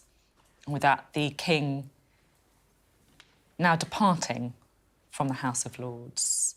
Let's bring Andrew back in at this point, shall we? What is the King doing now, making his way back to Buckingham Palace? Yeah, he'll be going back to the palace. He's done his bit of the job. Now it's over to the politicians. It was as we expected, a dispassionate but competent delivery of the speech. Now the politicians have to sell it or criticise it, so it'll be over to them for the next few days. And with that, over to Beth. Let's bring in Beth Ruby, shall we? It was a studiously neutral tone, wasn't it? That kind of dispassionate tone from the King to show he has no view whatsoever on his announcements. But isn't it always so strange when you hear the words of a Prime Minister spoken by the monarch? And I haven't counted it yet, so I haven't had enough time, but, you know, I did hear quite a lot of long-term decision-making in there. So he kicked off by saying it's my government's priority to make difficult but necessary long-term decisions to change the country for the better. And he concluded by saying my government seeks to make long-term decisions in the interests of future generations. And so Rishi Sunak there, like, setting out his stall in this King's Speech. You can see the two gents going back there, because now the politicians will begin to debate. But, you know, 21 bills, 3 themes, as number 10 would put it: growing the economy, strengthening society, law and order. Some of the most eye-catching bills within that. You had the trade bill for growing the economy, strengthening society, the Prime Minister's legislation on tobacco products, clamping down on antisocial behaviour, and law and order. Life means life. Let's see how that emerges in a general election campaign, because for all of the long-term decision-making, this is a political sharpening here that we are also seeing, in which the Prime Minister is also laying down bills and pieces of legislation where he thinks he can draw dividing lines with Labour. The final thought of it is that he talked a lot, the King, about long-term decision-making. That's what the Prime Minister wants to sell here. But does the sum of the parts of this speech really add up to that? Many MPs would say, not really, it doesn't shift the dial. We'll have lots more analysis on that in the hours ahead. So the ceremonial mace back now in the House of Commons, and MPs filing back through. I love the fact they kind of pair up Conservative and Labour MPs. I think my favourite combination that I spotted was Matt Hancock and Jacob Rees-Mogg. I'd have loved to have heard that conversation. Perhaps even more so than the Rishi Sunak, Keir Starmer Maybe they were partnering. discussing celebrity television. Oh, yeah, that's true. You can imagine maybe a bit of Who Dares Wins or something on there. And, of course, King Charles there getting back inside the carriage with the Queen Camilla, ready to make that journey back to Buckingham Palace. Let's bring in our Deputy Political Editor, Sam Coates, shall we? We can see some of the MPs there filing back into the House of Commons. They'll be digesting the King's speech. Was there anything in there that you thought might move the dial? Well, I've been looking at the sort of detail of what we've been talking about. 21 different measures in this King's speech. One of them is a draft bill, so we can pretty much discount that as having any chance of actually becoming law before the likely general election in a year's time. So 20 other measures. 6 of them that I can identify were already in train. So, and there's another one missing. We were told there were going to be 7 carryover bills. Now there are 16. But essentially, criminal justice on the one hand, smoking on the other, and housing. They're the 3 big areas that we're looking at. And I think a little bit later, Sophie, we're going to be digging right down into the detail of what's happened and what we've been told, but also, fascinatingly, what's not in there, because in some ways that tells as big a political story as what we've just heard from the King about this government. Yeah, it will certainly be interesting to dig down into the detail and sort of digest the elements of the King's speech, what's there and what isn't there as well. We're still looking at those pictures of MPs leaving the House of Lords and re-entering the House of Commons. Let's bring Laura Bundock in, shall we, who is at Buckingham Palace for us. And Laura, you'll be awaiting the re-arrival, should we say, of King Charles and Queen Camilla.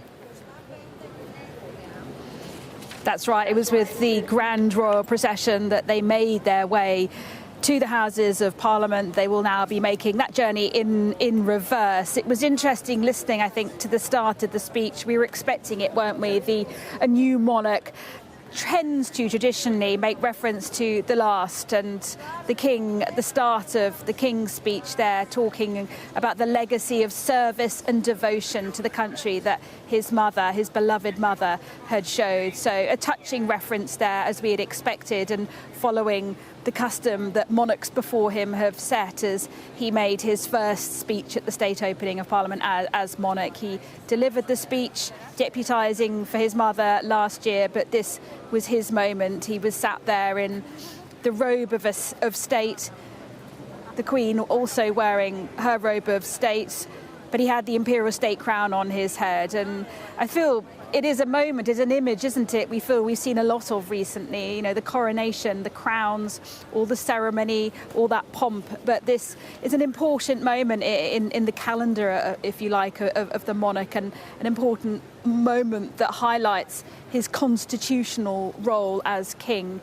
And I think his delivery, very, very neutral in tone, wasn't it? There was no hint whatsoever of any personal opinion. I was reminded, actually, the last time we saw the King address a huge gathering of politicians was at the French Senate, and he spoke with great passion about the climate, calling for an entente of sustainability. These, though, the words of his government given to him by ministers, he read their words, he delivered their message. There was no expression of any personal view there whatsoever. He knew full well everyone will be watching him for that slightest twitch that might reflect his opinion. None of that today, though. This very much him reading the words of his government.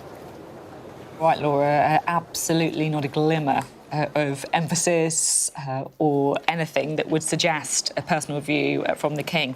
I was particularly listening and watching him when he read out this line: "This bill will support the future licensing of new oil and gas fields, helping the country to transition to net zero by 2050 without adding undue burdens on households." Beth, I do wonder what the kind of long-term environmentalist King Charles was thinking as he read out that line.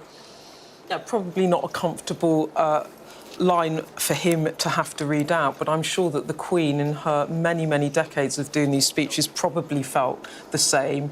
We will never know, and nor should we, really, because, of course, he is there to execute the Prime Minister's agenda. But I do think the oil and gas legislation is one of the most eye-catching of bills within this, not least because, as we were discussing, the Conservative Party really think that this is a way to put pressure on Labour when it comes to net zero policies, and then, of course, just broader environmental policies. If you look at what Number 10 would say, they would argue that they are taking a common sense approach to the greening of our economy, and they want to box Labour in and make it uncomfortable for them. Labour seem comfortable with having the argument. As I was saying earlier, if you talk to people around Keir Starmer, he says the public aren't interested, or they would say the public aren't interested in creating dividing lines. They want to see how the country is governed. And as one said to me, where's the change in this speech? That was their argument. But I'm sure that Keir Starmer and Rishi Sunak are about to kind of hammer this out at the dispatch box a bit later. Yeah, we'll see the dividing lines there. But as Beth was saying, 21 bills in the speech today, but not an awful lot of surprises. It is really a moment of ceremony when the King sets out the government's legislative programme. Many of the bills, of course, that we already know about. It may be Jeremy Hunt's autumn statement later this month, which will be more of a moment, I guess, in setting the political weather. But certainly from a ceremonial point of view, this was quite a moment. The first King's speech in 70 years. And Andrew, what will be happening now? We can see the carriage there, waiting for the King and the Queen outside the Houses of Parliament. Are we assuming he's in the robing room? I presume they're in the robing room, derobing, and they'll come back and go back home having put in their shift for the day. And as we say, over to politicians, and it comes with the job. You have to say things in this job perhaps you don't agree with, I presume, and maybe that's what he's just done. But I thought he did it very well. And Sam, just to bring in Sam, our deputy political editor, Sam Coates, was there anything that stood out to you in the speech today, or was this really business as usual, what we were expecting? I think this is a realism about this King's speech, a realism that there isn't a huge amount of time to get the legislation that the King promised actually down on the statute books. Passing laws is a lengthy process. There's a realism when you look at the fine detail about the limits of what they've been able to do. I mean, some things are missing altogether. We've been talking for months about banning conversion therapy. There's nothing in that list today on that. Very important reforms to do with rail have been downgraded to a draft bill. So there's a lot of stuff missing. There were hopes in Downing Street they might be able to do some other big environmental reforms to actually enact some of that stuff, to get house building moving by scrapping an EU regulation that means that you can't build houses if the rivers are too polluted, but they just don't think, I think, that they've got the parliamentary strength to do that, and all of that important. It's interesting when you're saying that about what isn't in there. I guess, is that a sign of weakness, would you say, from the Prime Minister? So I think it's each different omission tells its own story. I think on the trans-conversion therapy, that's a story of Tory splits. On the environmental measures, that's a story of parliamentary strength or lack of it. And some of the other stuff is just a question of priority. I think the King's speech is not really an exercise in headlines. It's an exercise in telling you where the power really lies at the moment. I mean, interestingly as well, Sam, I was talking to a former cabinet minister about this yesterday, about what was missing from the speech, and there is a chunk of backbenchers that really thinks that planning reform and housing, which is something that Keir Starmer seized on at the Labour Party conference, saying I will take on the NIMBYs, is something that this Prime Minister should have done if he wanted to be bold, if he wanted to appeal to younger voters. They say, look to what's happened in Canada with the Conservatives there and the way in which they have won back younger voters. But again, politically, this is a difficult thing to land, and it's been put into the too hard to do box, as many of the other pieces of legislation Sam was referring to have as well. And it does seem like it's a Prime Minister that's running out of time in terms of you can't get much through before an election, but also running out of political space, because he became leader without a mandate from the grassroots, the Conservative Party, and he hasn't got a mandate from the public, and he's got dozens of very restive backbenchers boxing him in.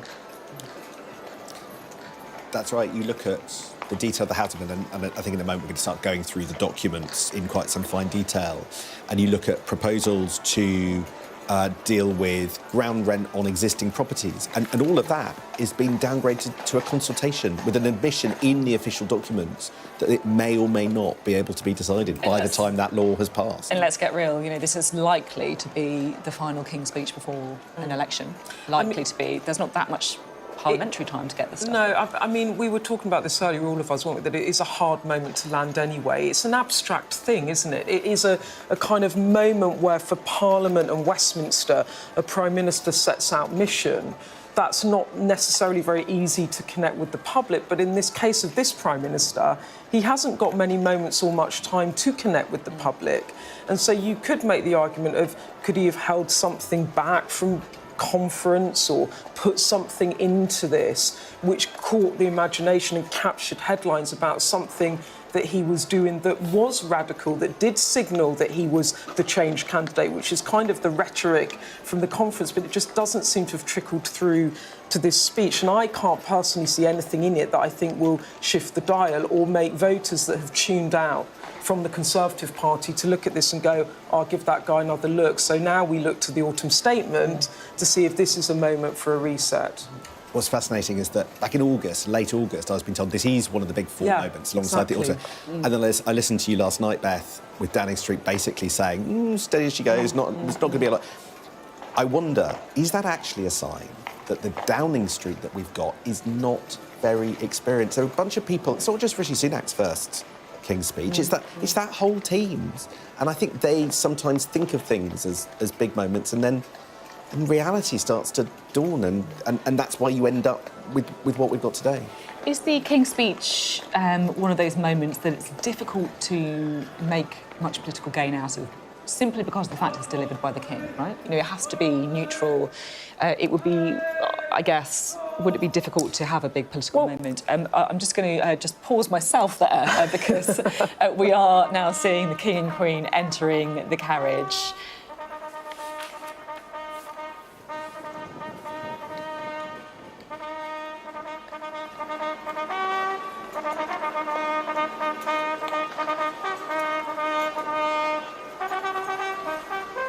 And there's the King getting in as well after derobing, taking off those ceremonial robes and getting back into the carriage. King Charles and Queen Camilla, after delivering the first King's speech in 70 years, his first King's speech as monarch.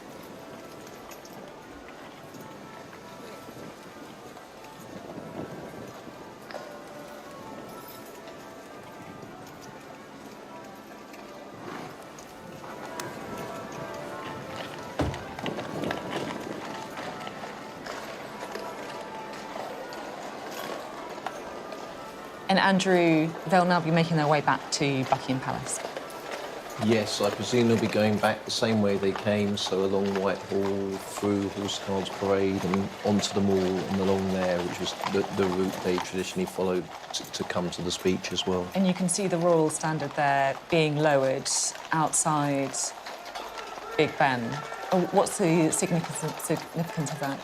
Well, again, because this is the only day when the monarch can actually enter Parliament and take part in a parliamentary proceeding. The hoisting of the royal standard signifies that. So it's gone back down again. The portcullis has come down and they can't come here for another however long. And the carriage with the monarch inside now making its way in front of the Houses of Parliament, where, of course, there is that protest going on, Republican protest, almost part of the pageantry of the event. There's always a anti-monarchy protest going on. Ivor Bennett is there for us, and I guess the King will be able to see the people protesting, Ivor.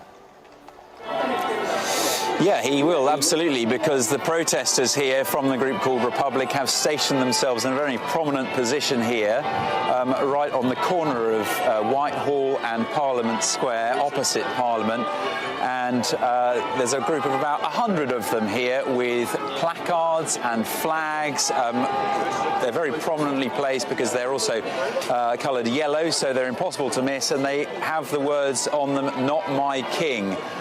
In a moment, I'm sure they will be chanting those words too, as they were when the King came past on his way into Parliament.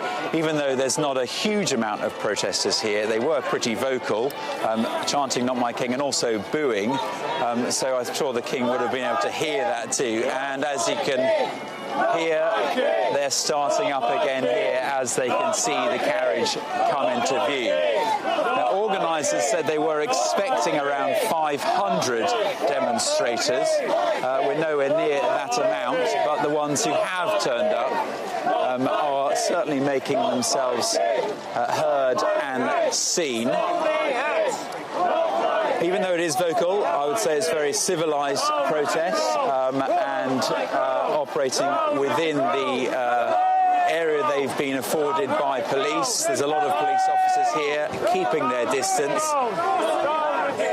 allowing the protest to take place. And here we go, the boos are starting now as Prince Charles. and Queen Camilla come past.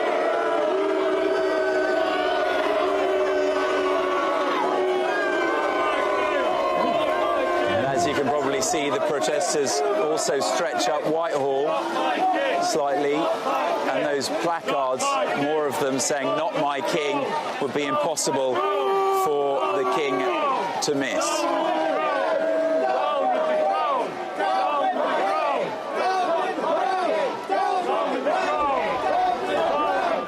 Thank you, Ivor. Well, you can see there the King and Queen making their way back to Buckingham Palace from the Palace of Westminster after delivering the first King's speech in 70 years, passing the small but vocal, shall we say, group of anti-monarchy protesters near Parliament and making their way back to Buckingham Palace, where Laura Bundock is currently. And Laura, politically, probably not a day to shift the dial, but it did feel like a moment in history, didn't it?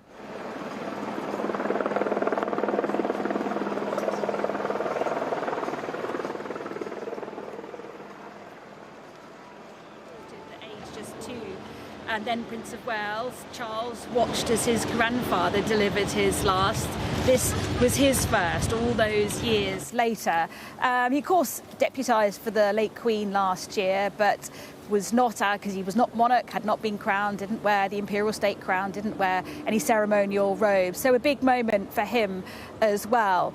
And I think his delivery was so interesting, wasn't it? We've spoken a lot about how much we know about the King's personal views, so much more than the late Queen's. He was Prince of Wales for so many decades, outspoken, a campaigning figure, especially when it came to the climate crisis and other pressing issues. But I think the climate perhaps top of his agenda. But when he delivered the words talking about oil and gas exploration and leasing, there was no glimmer of any of his personal views on that.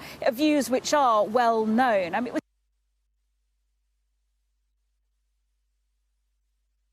this year. Remember, he was told not to attend by Liz Truss, something Rishi Sunak then kept when he became Prime Minister.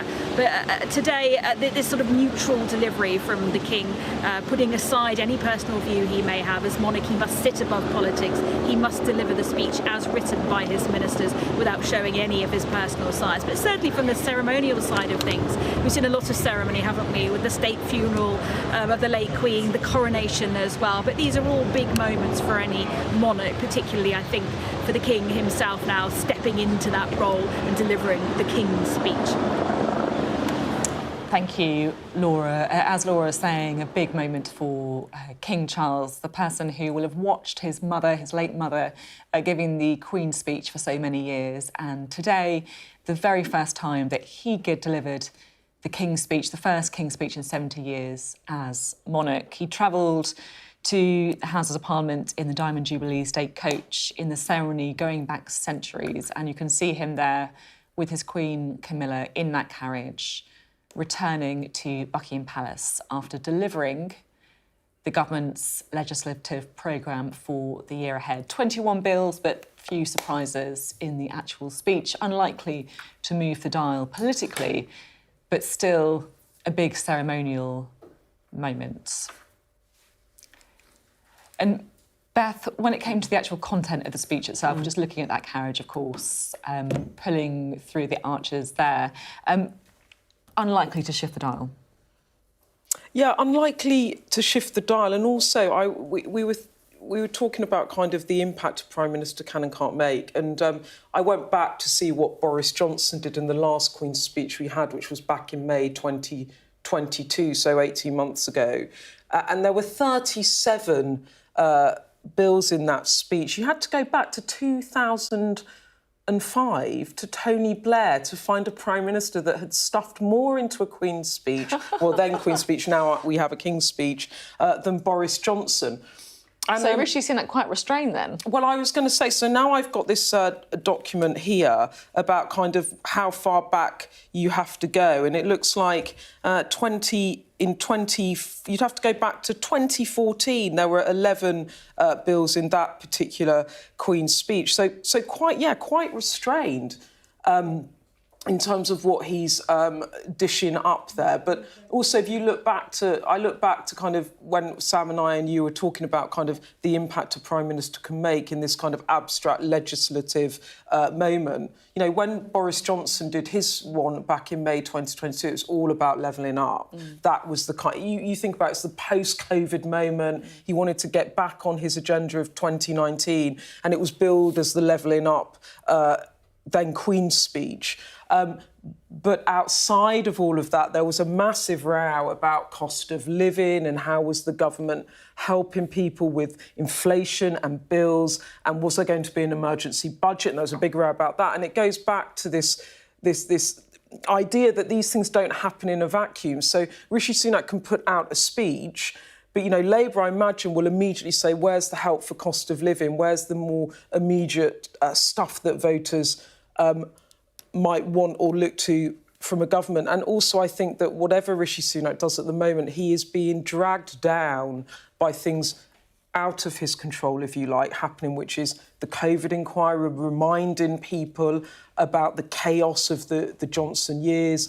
There is this question around sexual misconduct and what the party didn't or did do in terms of handling that. He's got Nadine Dorries' serialisation of her version of events around Boris Johnson's downfall and the kind of rows within the Conservative Party all bubbling up. And so all of these things, I think, project into an image of a party kind of, to quote one former cabinet minister, kind of the last gasp of oxygen, as they put it to me, in the dying days of a government. Now, I'm sure Rishi Sunak's team would absolutely robustly reject that framing, but it's undoubtable that he has external political factors at the moment that are kind of potentially knocking him even further off course.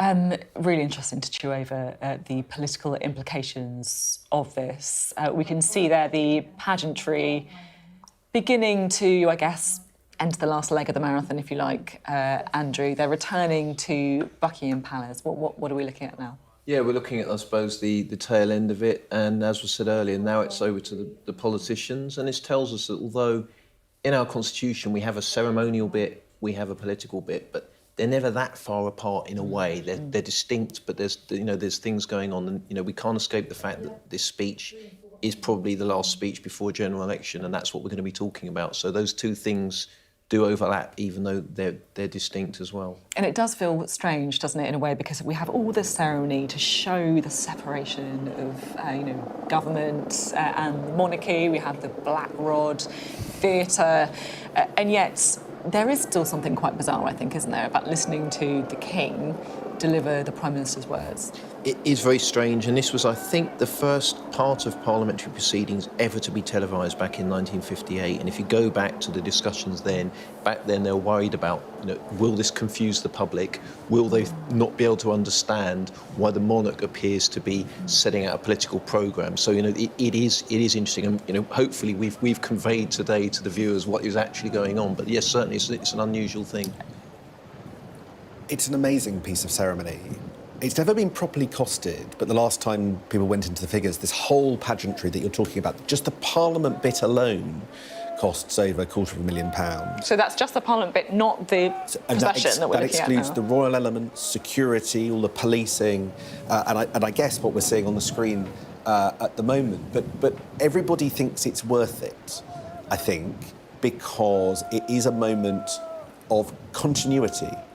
And that's what the King really wants this King's speech, I think, to stand for, continuity, to show that he did it as his mother did it, because we could have a different system. We could have a president. We might not have a monarchy. We could have an elected president like they do in Ireland. But this is a different system where part of the stability of the nation rests on the monarch, in this case the King, performing his duties in the way that we saw today. And as you say, a moment where we really see the reality of our constitution and what that means, even if it is the theatre around it, as you say, it has a meaning too. Well, you can see there the horses breaking into a trot as they approach Buckingham Palace. Let's bring Laura Bundert back in, shall we, who is at Buckingham Palace for us. Laura. You can see here the household cavalry which have been accompanying this royal procession, making their way towards the end of the Mall and up towards the front of Buckingham Palace. The King and Queen in the Diamond Jubilee State coach behind them. There will be a guard of honour as the King arrives at Buckingham Palace, and there will be a march past as well before all these soldiers, there must be several hundred here today, will return to their barracks. One interesting thing to mention as well is once the King has arrived back at Buckingham Palace, the MP that has been held hostage against his safe return will then be released. So inside Buckingham Palace, an MP is being held. That's a tradition that goes way back. But you can see here the state coach, not the gold state coach, which has been used historically, but the Diamond Jubilee, said to be a much more comfortable ride, bringing the King and Queen back. They have been derobed. They would have returned to the royal robing room in Parliament. Those robes of state taken off, the imperial state crown removed, will be returned to the Tower of London, where it lives. But back now at Buckingham Palace. You can hear the national anthem now being played by the military band waiting the King's return.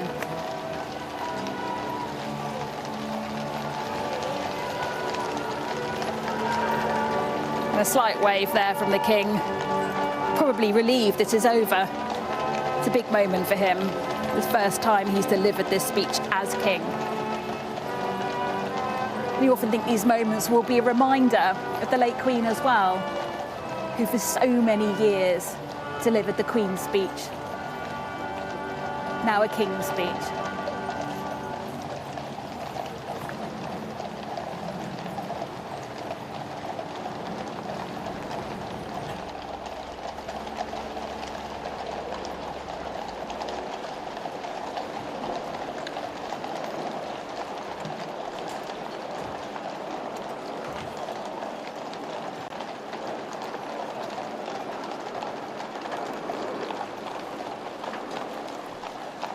Well, the carriage now back inside Buckingham Palace. King Charles delivering the speech that he will have watched his late mother doing for so many years, the first King's speech in 7 decades. And he began it, of course, saying that he was mindful of the legacy of service and devotion to this country set by his mother, the late Queen, delivering the first King's speech in over 70 years. Unlikely to really shift the political dial, but a big constitutional moment, and really a slice of history too, as King Charles officially sets out the government's legislative programme for the year ahead.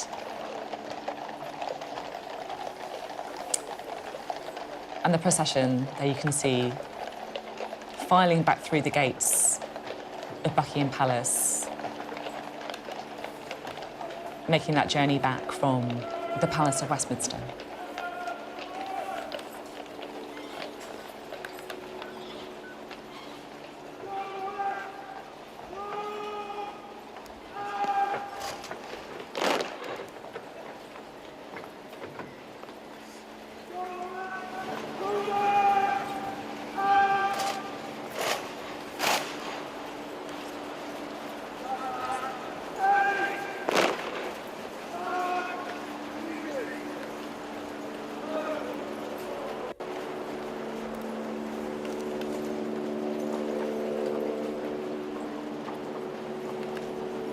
An important moment of ceremony and pageantry, which really, I think, goes to the heart of our constitution.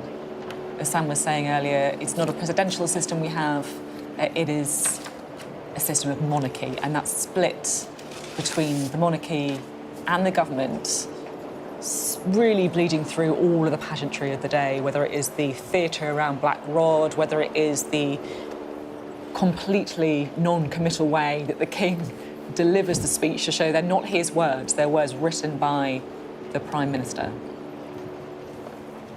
notice, Sophie, you couldn't see the King getting out of the carriage. There is no accident in that. They were very careful to ensure that his late mother was never seen getting in and getting out wherever possible. So too, what we are looking at is very carefully thought out by the palace. You can just see the reflection there through the window, the glimpse.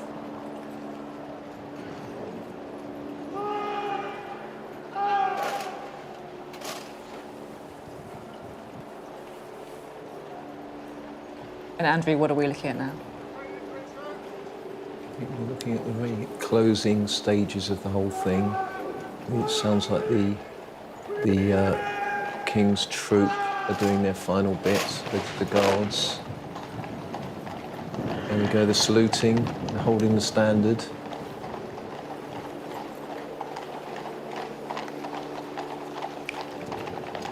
And the King and Queen back in Buckingham Palace, the pageantry over, and now it feels like perhaps it is a good time for us to really deep dive into the politics of the speech, because yes, this is a moment of ceremony, yes, this is a moment of constitutional importance, but it is also the moment when we see what laws and what bills the government is bringing forward over the year ahead. 20 bills, whether it's future licensing of oil and gas fields, whether it is help for leaseholders, whether it is sentencing reform.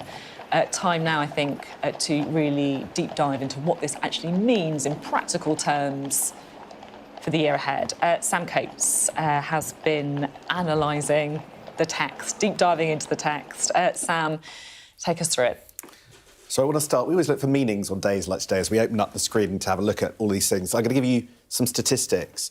Beth mentioned that there were the fewest number of bills since 2014 in this King's speech. It's also, fascinatingly, the longest, 1,223 words. That's the longest monarch speech since 2005. So you've got that contrast there. Let's have a little look at the screen about some of the things that we have that we can see. If we can open up here. So if we can have a look at the list of bills that the government has published. And here it comes, we hope.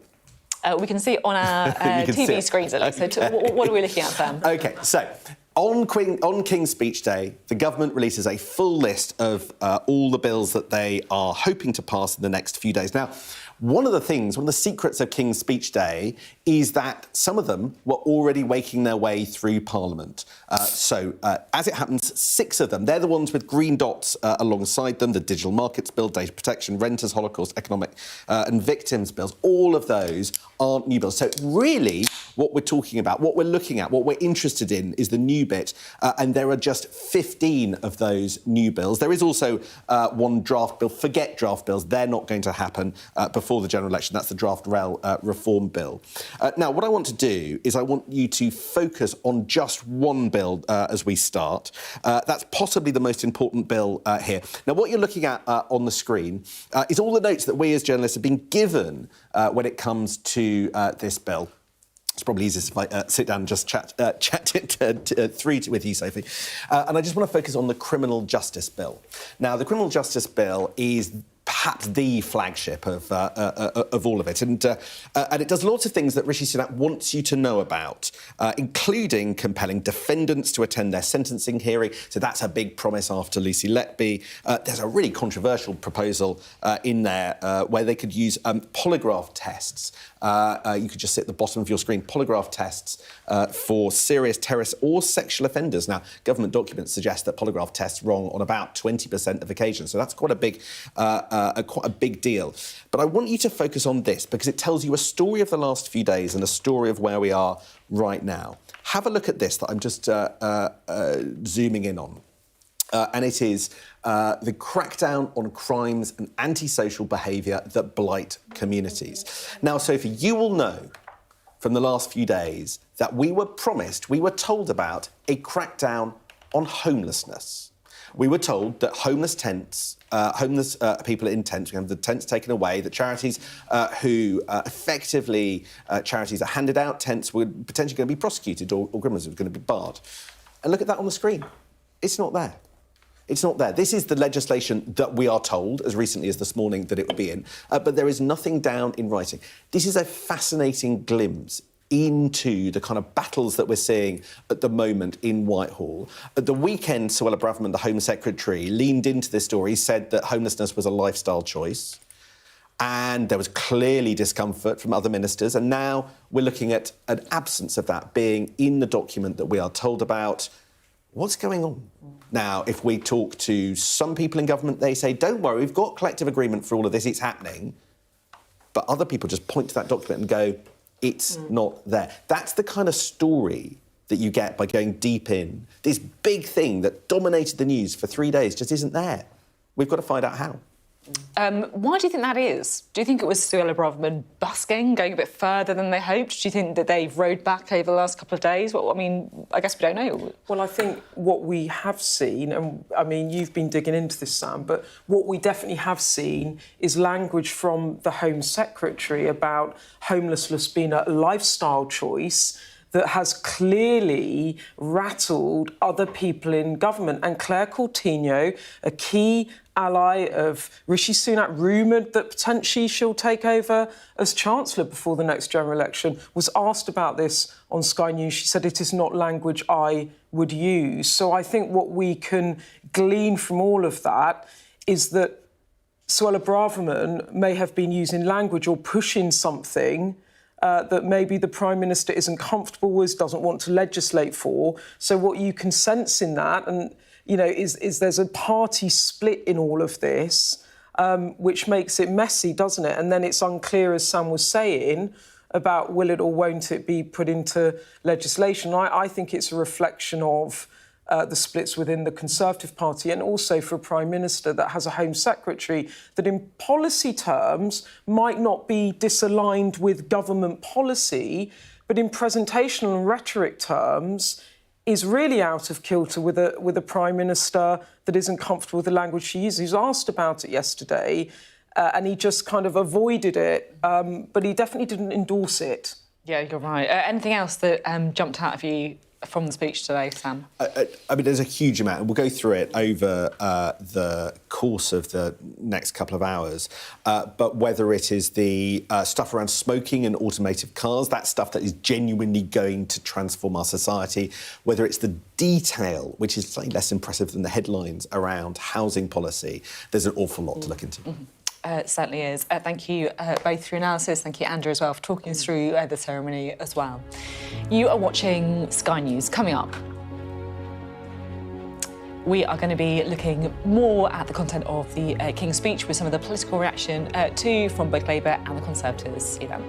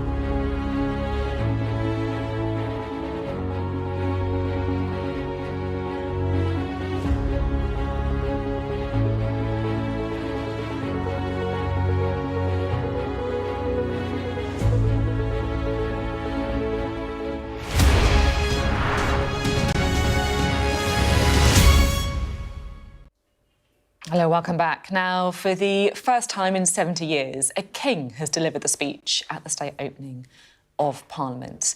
In the last hour, King Charles performed the role for the first time as monarch. He set out the government's agenda for the upcoming year.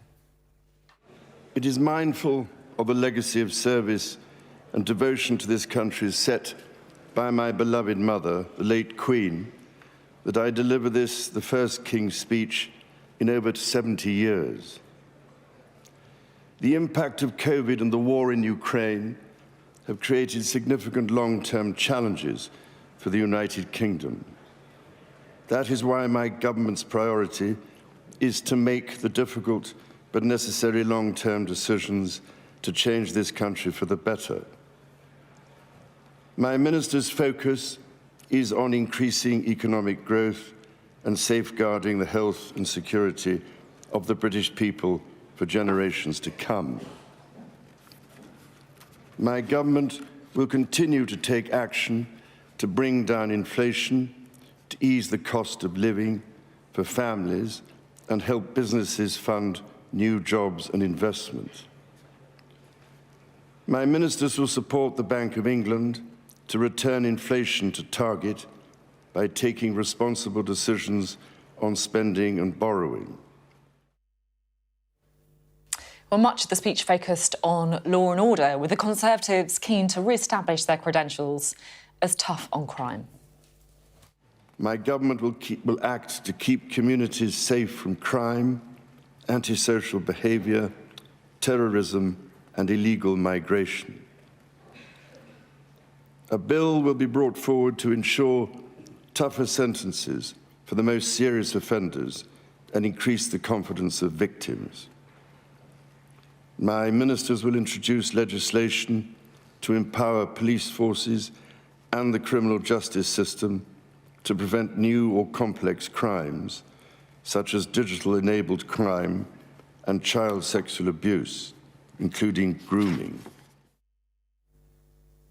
Well, if it was a first for King Charles, it was also a first for Rishi Sunak, who was still Boris Johnson's Chancellor at the last state opening of Parliament. And with today's King's speech all but certain to be the last one before the next general election, the Prime Minister will be hoping that the policies announced today will be enough to help reverse the polls and ensure he's still in post for a second. So let's take a look now at some of the other policies that were unveiled by the King. An annual system will be introduced to award new oil and gas licences. The government insists it will help the UK reach net zero in a realistic way, but environmental campaigners are not happy. Less controversial are proposals to phase out smoking by raising the legal age people can buy cigarettes by 1 year every year. Those plans are supported by Labour, not all Conservatives happy though. Ministers have also confirmed that there will be a bill ensuring that all new houses in England and Wales are sold as freehold properties, phasing out leaseholds. There's a bill to allow driverless cars to operate on the roads for the first time without safety drivers. And there are also plans for a football regulator and licensing system to scrutinise clubs' owners and their financial resources. Well, to discuss the politics of the Saw, we're joined now by Greg Cook, who is the former head of political strategy for the Labour Party, and Hugh Bennett, a former special advisor to Boris Johnson and Liz Truss. Thank you both for being with us. Hugh, to you first. Do you think there was anything to kind of move the dial today? Well, I think when you look at the contents of the King's speech, it's quite a safe King's speech from Rishi Sunak's perspective. It's gone hard on law and order, sort of normally comfortable territory for the Conservatives. I think what we've been hearing already from some in the Conservative Party is, is there enough here to really sort of shift the dial? This is an election year coming up. This is the last King's speech before an election. And so I think some people may have been left feeling a little bit underwhelmed. Eyes are now looking ahead towards the autumn statement, hoping that there'll actually be some policies that can really sort of kick-start what's the start of a long election campaign at the moment. So, I think there's some positive stuff in there. I think a lot of the criminal justice measures will be welcomed, but it's perhaps missing a big headline thing, as Number 10, I think, tried to set expectations in advance. Yeah, it'd be interesting to see if the autumn statement is perhaps the bigger political moment, the lever, if you like, for the Prime Minister. Greg, Hugh, they're saying that it was a bit of a safe Queen's speech. Goodness, I can't believe King's speech, I should say. That really, but genuinely, it does kind of show, I think, what what a moment it is in all of our lifetimes. You know, we're so used to seeing the Queen, and today to see King Charles doing the speech, it was a moment, you know, for me, I'm sure for lots of you at home as well. Hugh there saying it was a very safe King's speech. Do you think there's much in there for Labour to disagree with? No, I mean, I think as an event, it's pretty insignificant, to be quite honest. I think it'll be pretty rapidly forgotten, although obviously the content of it included lots of measures which are very important in their different fields. But as something which is going to play any role in kind of shifting the dial on the polls, I think that's pretty unlikely. Nothing has shifted them over the last year. I'm just going to jump in because I'm being told that we have got a bit of an issue with your microphone that we're going to try and sort out as soon as we can. Hugh, we're going to bring you in again. Greg was just saying that actually it's kind of an almost insignificant sort of moment politically. You know, is that a problem for Rishi Sunak? Because frankly, he is running out of levers ahead of the next election, or big moments, if you like, that he can actually try and make some kind of intervention if he really is to be pitching as the change candidate. Yeah, well, the last King's speech before an election is always a challenge for the governing party, as obviously you don't have very long in between actually setting out the legislation. Any time for the legislation to come into effect, it's quite unlikely that a lot of the effects will actually be felt in a meaningful way before the next election. So you can see why they've gone for the strategy of actually looking at measures, criminal justice measures, things that can be sort of implemented quickly. They can say, look, we've done this, that's fine, and hopefully get some boost of that before the next election. I think when you look at the wider, some of the wider problems facing the country, big outstanding issues like planning reform, there's things on leaseholds, I think those will be welcome. There's things on rent reform, which I think have been a bit more controversial. But no action to sort of tackle the elephant in the room, which is that we don't really have enough houses in this country. So, again, difficult to do all of these things in the final year before an election. But, you know, I think the big sort of economic reforms that some people will be hoping for to really sort of shift the country over the coming years remain to be seen. Let's try again. Yeah. Take two. Yes. I think we can hear you now, which is good. Well, I mean, the question you asked was, will Labour be opposing or supporting this? I mean, I suspect that, a lot of the motivation for some of the individual measures would be to try and bait Labour into either having an internal argument or actually getting itself on the wrong side of what the government think is public opinion on this. I don't think Labour will probably fall for that. Anything in particular you would pick out then? Well, I mean, I think there are sections of the Labour Party that would be, have to bite its tongue over some of the penal reform agenda, the oil and gas licences and so on, that sort of thing. These are all kind of...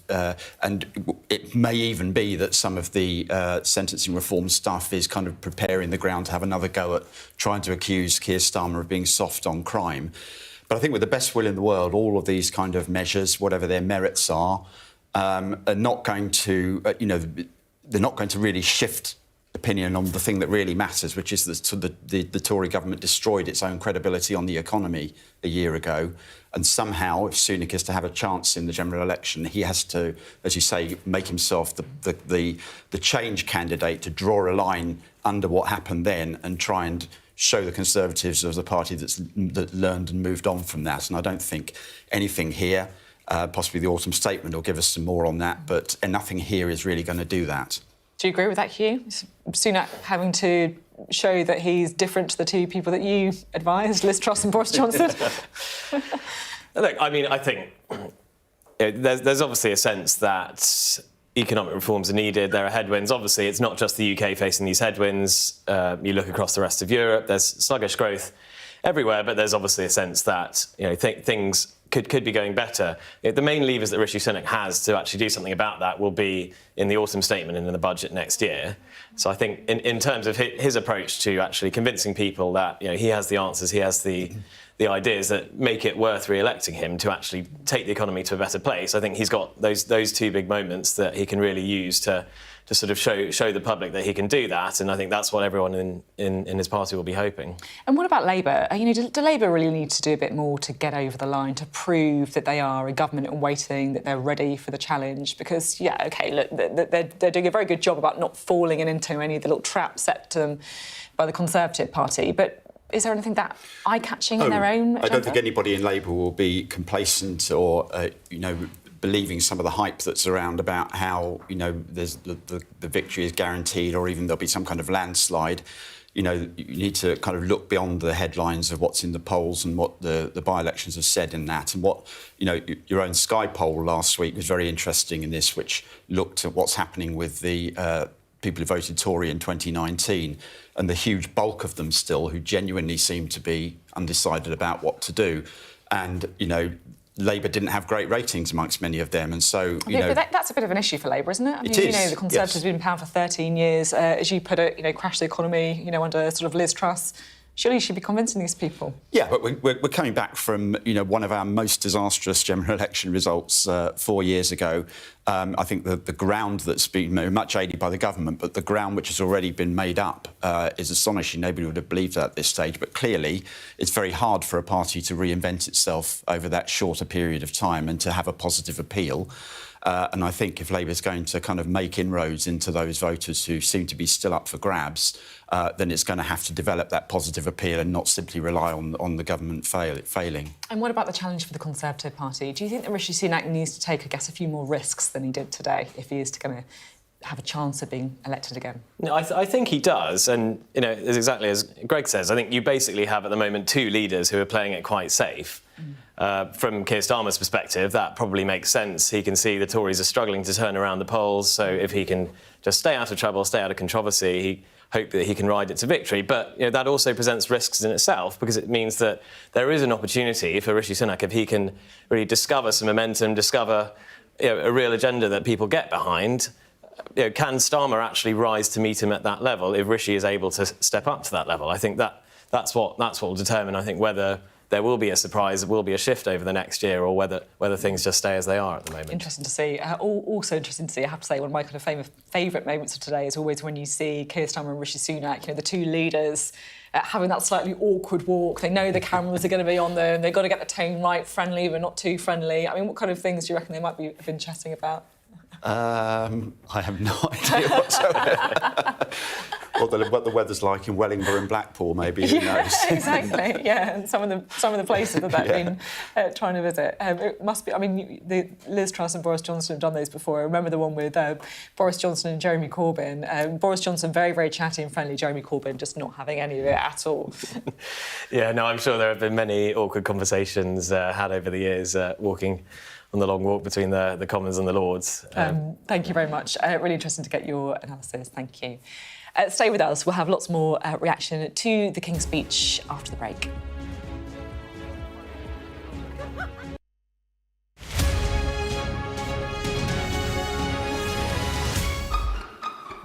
We've got your Sunday mornings covered.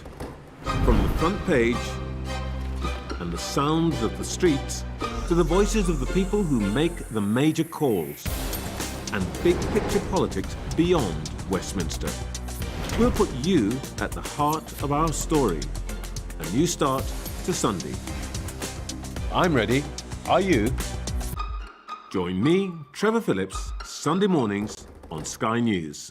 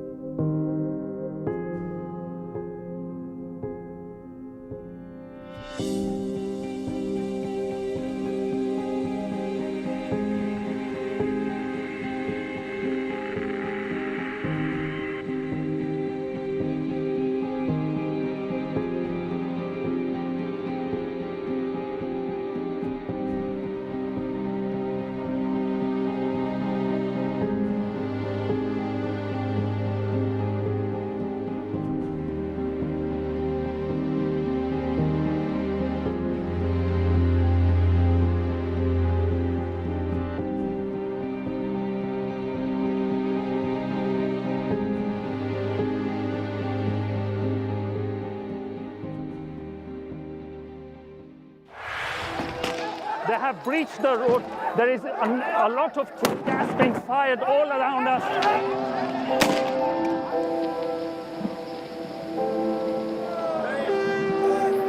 It is an absolute carnival kind of atmosphere out here for Prime Minister Modi's decisive victory. These students are defying the prohibitory orders, and now they're going to be arrested. We aim to be the best and most trusted place for news. The roads have been inundated. The only way out is to get people by boat. This on any given day would have been bustling with people, but today it's absolutely deserted. I'm Neville Lazarus, and I'm Sky's reporter based in Delhi.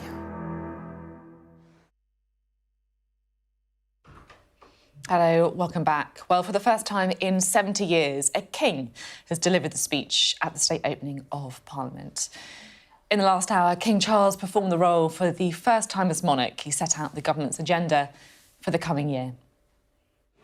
It is mindful of the legacy of service and devotion to this country set by my beloved mother, the late Queen, that I deliver this, the first King's speech in over 70 years. The impact of COVID and the war in Ukraine have created significant long-term challenges for the United Kingdom. That is why my government's priority is to make the difficult but necessary long-term decisions to change this country for the better. My minister's focus is on increasing economic growth and safeguarding the health and security of the British people for generations to come. My government will continue to take action to bring down inflation, to ease the cost of living for families, and help businesses fund new jobs and investment. My ministers will support the Bank of England to return inflation to target by taking responsible decisions on spending and borrowing. King Charles there, delivering the first King's speech in 70 years. Well, we're joined now by the former Business Secretary, Andrea Leadsom. Thank you for being with us. It felt like a big moment in terms of the monarchy, in terms of history, I guess, as well. Was it a big moment politically, do you think? Well, I think it was. I mean, first of all, this is the new Carolean age. This is the first King's speech by King Charles III. So that of itself was a fantastic moment. And so I'm sure the UK around the world will become ever more sort of popular and watched, and people love to see the amazing way that we do these things. But in response to your question, yeah, I think it is. There is some huge amounts of legislation in that King's speech, and some very important things for everybody around the UK, from promoting job security to promoting the new jobs of the future through AI and green technologies and digital future, making the UK a world leader, promoting free trade around the world, the sorts of things that people have been saying for so long. You know, our productivity is poor, you know, we're not earning enough. All of these things are investments for the future, and that's the Prime Minister's key message, is he is all about making big decisions that will give us a much stronger, better, more successful future. At the same time, it didn't feel like a King's speech that was going to move the dial that much politically. I mean, the stuff has been announced before, you know, it was billed as the big kind of law and order moment. And yes, there's moves to try and make people attend sentencing hearings and have longer sentences for the most serious crimes. But at the very same time, that is a huge deal, Sophie. But the issue that to go alongside that is that, you know, crimes of where you have a sentence of less than a year, there shouldn't be a presumption of going to jail. If you look at the reality of what's happening, OK, the headline looks great, but it actually kind of crumbles once you get to the detail. Oh, I completely disagree. So the absolute headline on Law and Order is to create a much safer society where those who commit the most horrendous of crimes go to prison for their full life sentence. There's an awful lot of people who don't commit something where they're getting a life sentence. They commit something, for example, stalking, which can have a huge impact on the victim. Many of those people get less than a year. And the government has jail. already introduced a great deal of legislation against stalking to make it illegal to share sexual photos. But if you get a sentence of less than a year, you might not end up in jail. For lots of people, that's a cop-out. You know, the fact of the matter is that you cannot just send everybody to jail, but what the government is doing is making sure that those who commit the worst of crimes actually do serve their full sentences. The government is investing in new prisons, new prison places, a huge raft of new probation officers to supervise people who aren't serving longer-term sentences. There's a real focus on rehabilitation, but also on making sure that those who commit the worst of crimes are properly punished. And, by the way, that victims are taken very much into account. What the government's seeking to do is to ensure that those who commit horrific offences are forced to go and hear themselves being sentenced and can't just stay downstairs with their barrister and refuse to face the victim that they have now been found guilty of offending against. So this is a big deal for law and order in our country. It really will move the dial, and I'm incredibly positive and optimistic about it. The other thing that I'm a bit confused about is homelessness and the use of tents, because we've had lots of headlines in the last few days with the Home Secretary saying that she wants to stop effectively letting people have tents up if you're sleeping rough. But there was nothing really on that. Is that just gone away? No, I think what the Home Secretary was saying is that the government, through its Homelessness Reduction Act, has really sought to make homelessness a thing of the past, has really invested in restoration of homelessness. And in fact, you know, in Northampton, where I represent a constituency, there's a fantastic charity that has a great deal of taxpayer funding to help people get their lives back together. So the challenge is that there are a raft of people who don't want to accept that help for all sorts of reasons, very often mental health problems, very often reasons of relationship breakdown, problems of having lost their job, etc. And actually, I think what the Home Secretary was trying to say is that it can't just be an option that you decide to just stay on the streets. There is the help for you. The tent thing, that's just gone, has it? No, I don't think it's gone. I don't think it wasn't billed as a measure in the King's speech. In the first place. No, it absolutely is. The government has already legislated to reduce homelessness, the Homelessness Reduction Act, and has invested significant sums to make homelessness a thing of the past. During COVID, the Everybody In measures that literally got all homeless people off the streets was a fantastic thing, and the government has tried to ensure that that endures. And so what the Home Secretary wasn't talking about the King's speech. She was talking about the need to ensure that choosing to live on the streets because you don't want to accept the help that's offered to you cannot endure. What people want to see, I mean, nobody wants to see homelessness. It's heartbreaking. You know, it's absolutely appalling to see people living on the streets. And what we have in place are measures to help people to turn their lives around and get off the streets. And that's what we need to focus on. It feels like there's fewer and fewer levers for the Prime Minister to pull ahead of the next general election, kind of where he can reset, where he can really, you know, punch through and make a difference to change the political climate. Do you think that the autumn statement is perhaps a bigger moment for him than the King's speech, and what does he need to do? So I think the King's speech is really important. It sets the next legislative period, and in it there are many measures, for example, renters reform to give people much more security of tenure, leasehold reform to stop people being ripped off with huge service charges, a big issue in my constituency. There's measures on energy security, protecting 200,000 jobs around the UK in oil and gas and actually saving people on their energy bills. There's huge measures in this, not just about law and order, but a broad range of measures. But yes, of course, the autumn statement, where we'll be talking about the economy specifically and measures to help people keep more of their hard-earned cash, that will be another very important moment for the government. But today, I think, is a great day. OK, a great day. Dame Andrea Leadsom, thank you very much indeed. Dame Andrea Leadsom there, talking to us about the King's speech and the measures announced by the government. Is it going to be enough to shift the dial? Coming up, we will have plenty more reaction to the King's speech, including live reaction from Labour, the Lib Dems and the Scottish National Party, who may have a bit of a different take to the one that we've just heard. That all coming up after this break.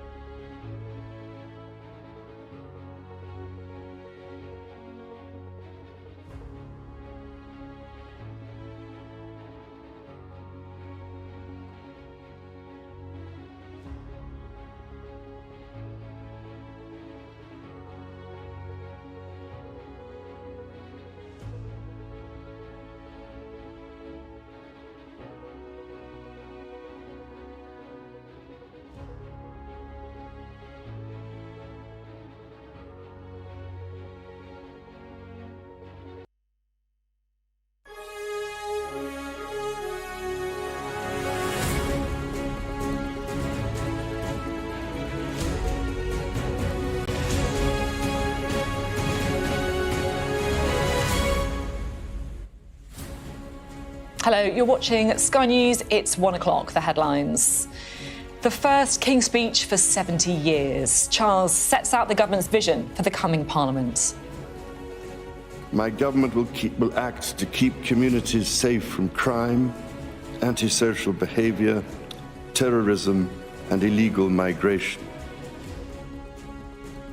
The Prime Minister puts criminal justice at the heart of his plans in an attempt to draw dividing lines ahead of the next general election.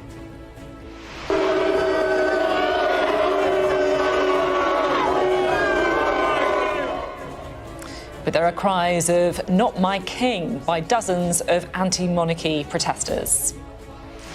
We'll have continuing coverage and all of the latest developments on a historic day.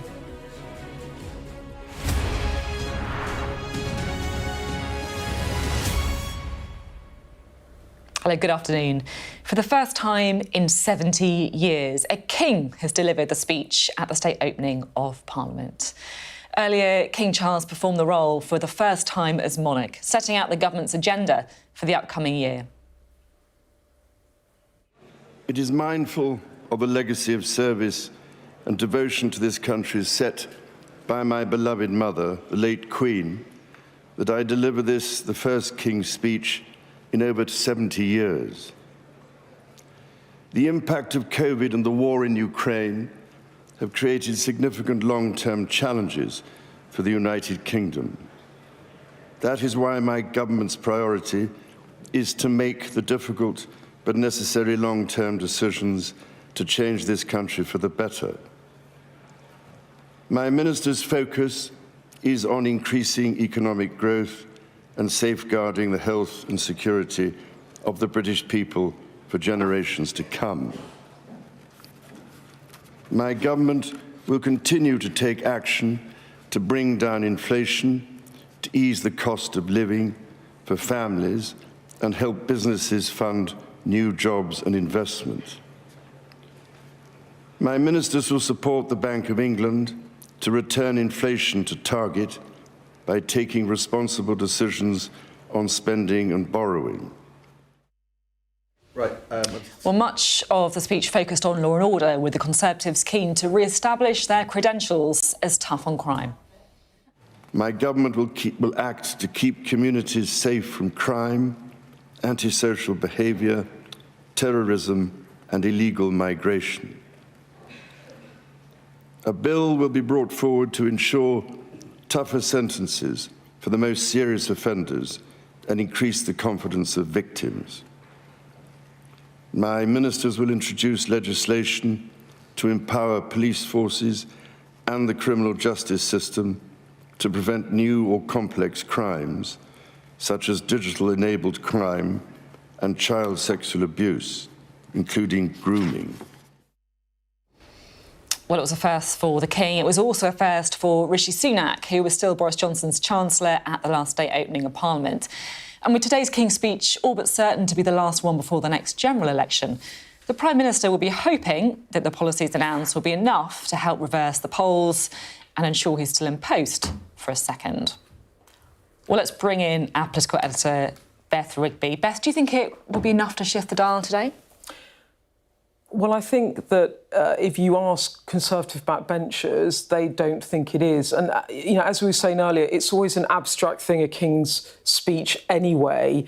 But this is a Prime Minister that really is running out of time to tune voters back in. And if you look at the contents of this speech, he talked a lot, or the King did, about long-term decision-making, mentioned 7 times in that speech.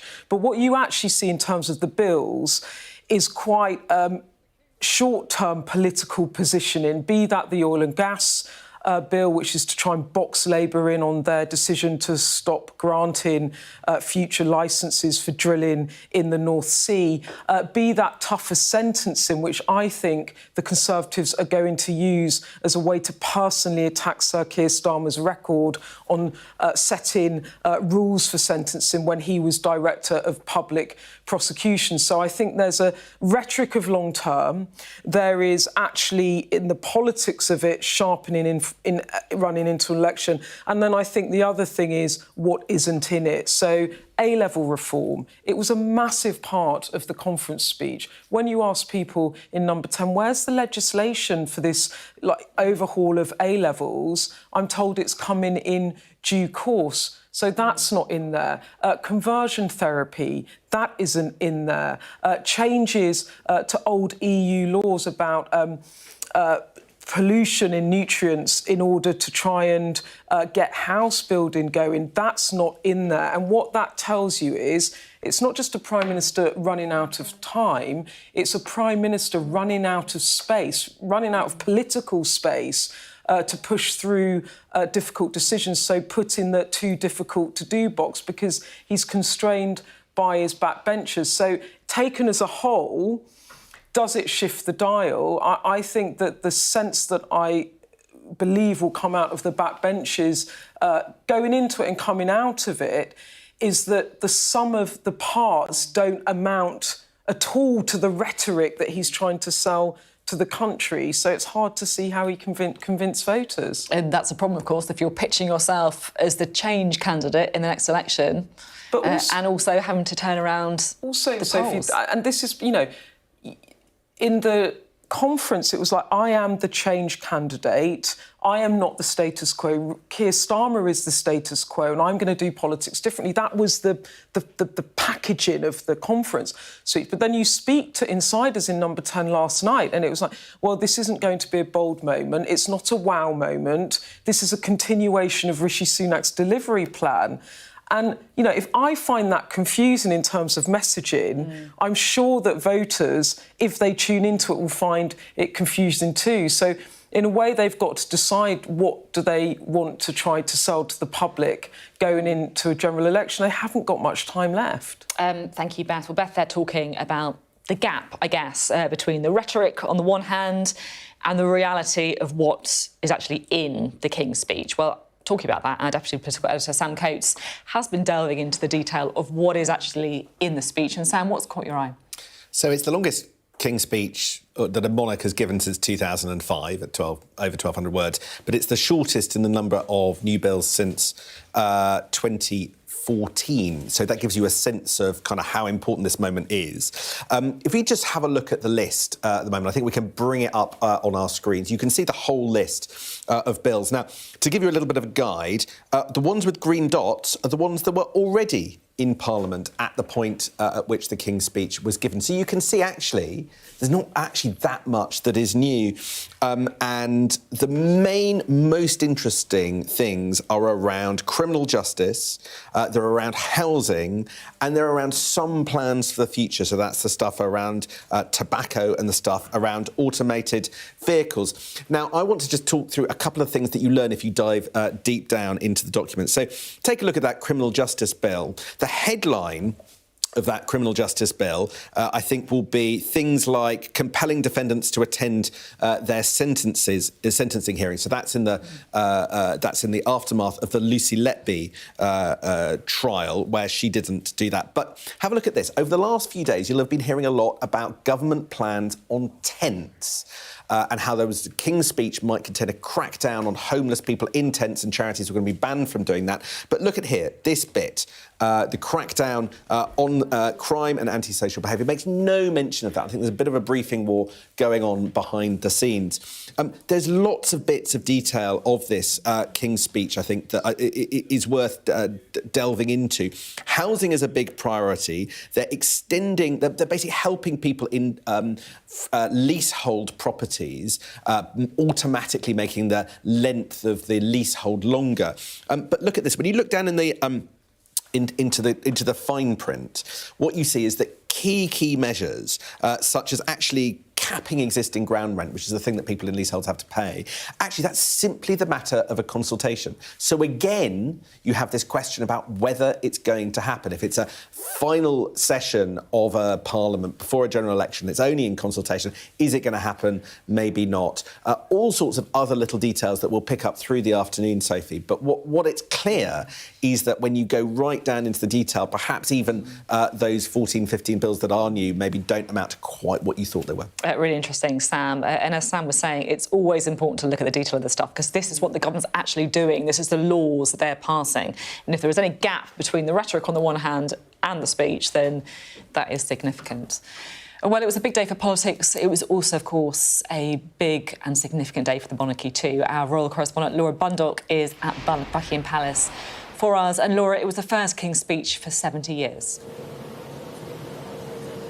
Yes, it was a very significant moment for the King, one of his milestone moments, if you like, making his way to Parliament. He's been before, and remember last year he deputised for the late Queen and read her speech out, but this was his first King's speech, and you have to look back to 1950 for the last time a king delivered the speech in the Houses of Parliament. The King himself was just aged 2 and was reportedly sitting on a wall watching the carriage procession go past. And here we are more than 7 decades later, and it is him now arriving at Parliament to deliver his speech.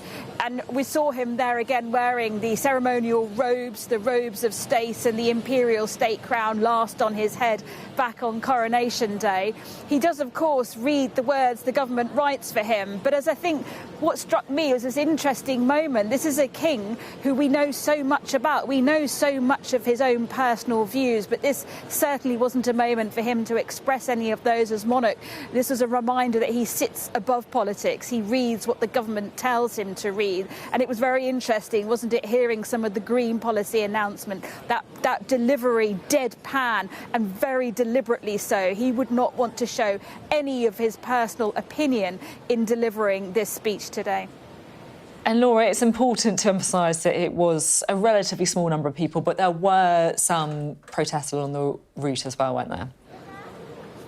Yeah, Republicans have been protesting in increasing number, you've noticed. I mean, most recently at the coronation when several were arrested, but at other occasions where the King has been present, I can think of several off the top of my head. And this is something that would never have happened to the late Queen, but I think around 100 were outside the Houses of Parliament shouting, holding their yellow placards and shouting, "Not my King." And I think as much as this was a reminder of his constitutional role today, all the ceremony, the pomp, etc., it was also a reminder that we're in a very different age to when his mother was Queen, at an age where people will be protesting. And, you know, talk to the Republican movement here and they will say their numbers have doubled in recent times and they will carry on protesting against the monarchy as the months and his reign progresses. Thank you. Thank you very much, Laura Bundock there. Now, I'm delighted to say our royal commentator, Alistair Bruce, is here, having completed his own role in the state opening of Parliament, wearing all of his finery. And you can see him here in the House of Lords. I just want to show you this before we talk to you. In the House of Lords as the King and Queen arrived. Now, Alistair led the sovereign procession to the Lord's Chamber in his role as Fitz-Alan Pursuant. I'm going to make sure I get the pronunciation right on that, setting the pace for the King. Extraordinary. Alistair, talk to us a little bit about the role that you had today. Well, I'm the most junior of the heralds, and heralds have been looking after kings and queens coming into parliaments going back to the Middle Ages.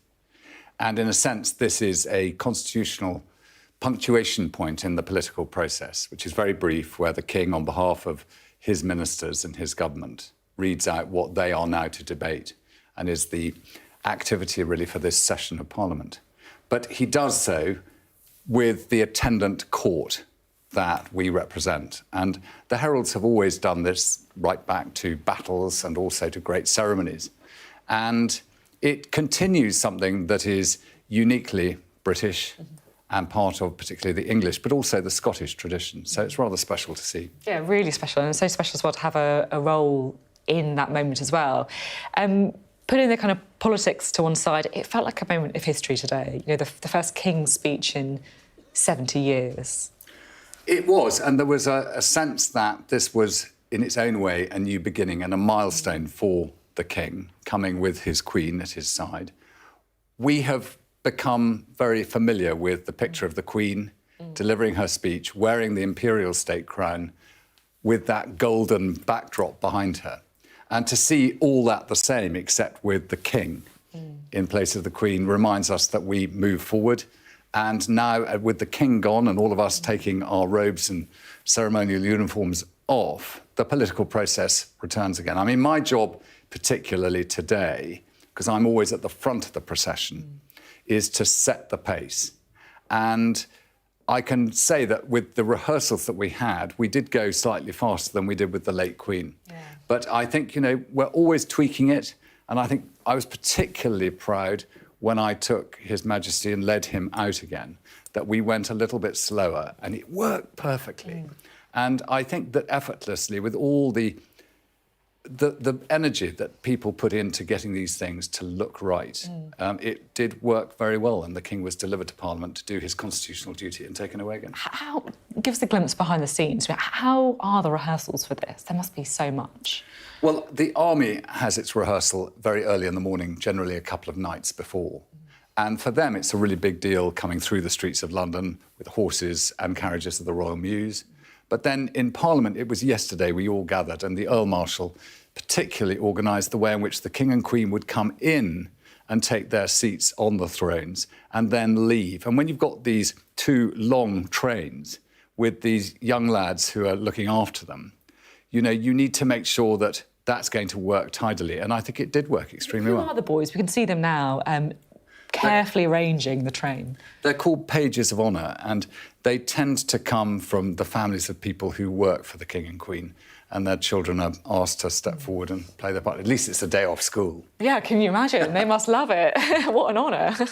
And it also feels a day when you see so much history and you really see our constitution up close, because you have the monarch saying the words of the government. Yes, it's one of the great ironies of Britain that, you know, with all this red and gold splendour and the king, you might think that there is power. But of course, you and I know that the king has only ceremonial power on behalf of the nation as a sort of cohesive force.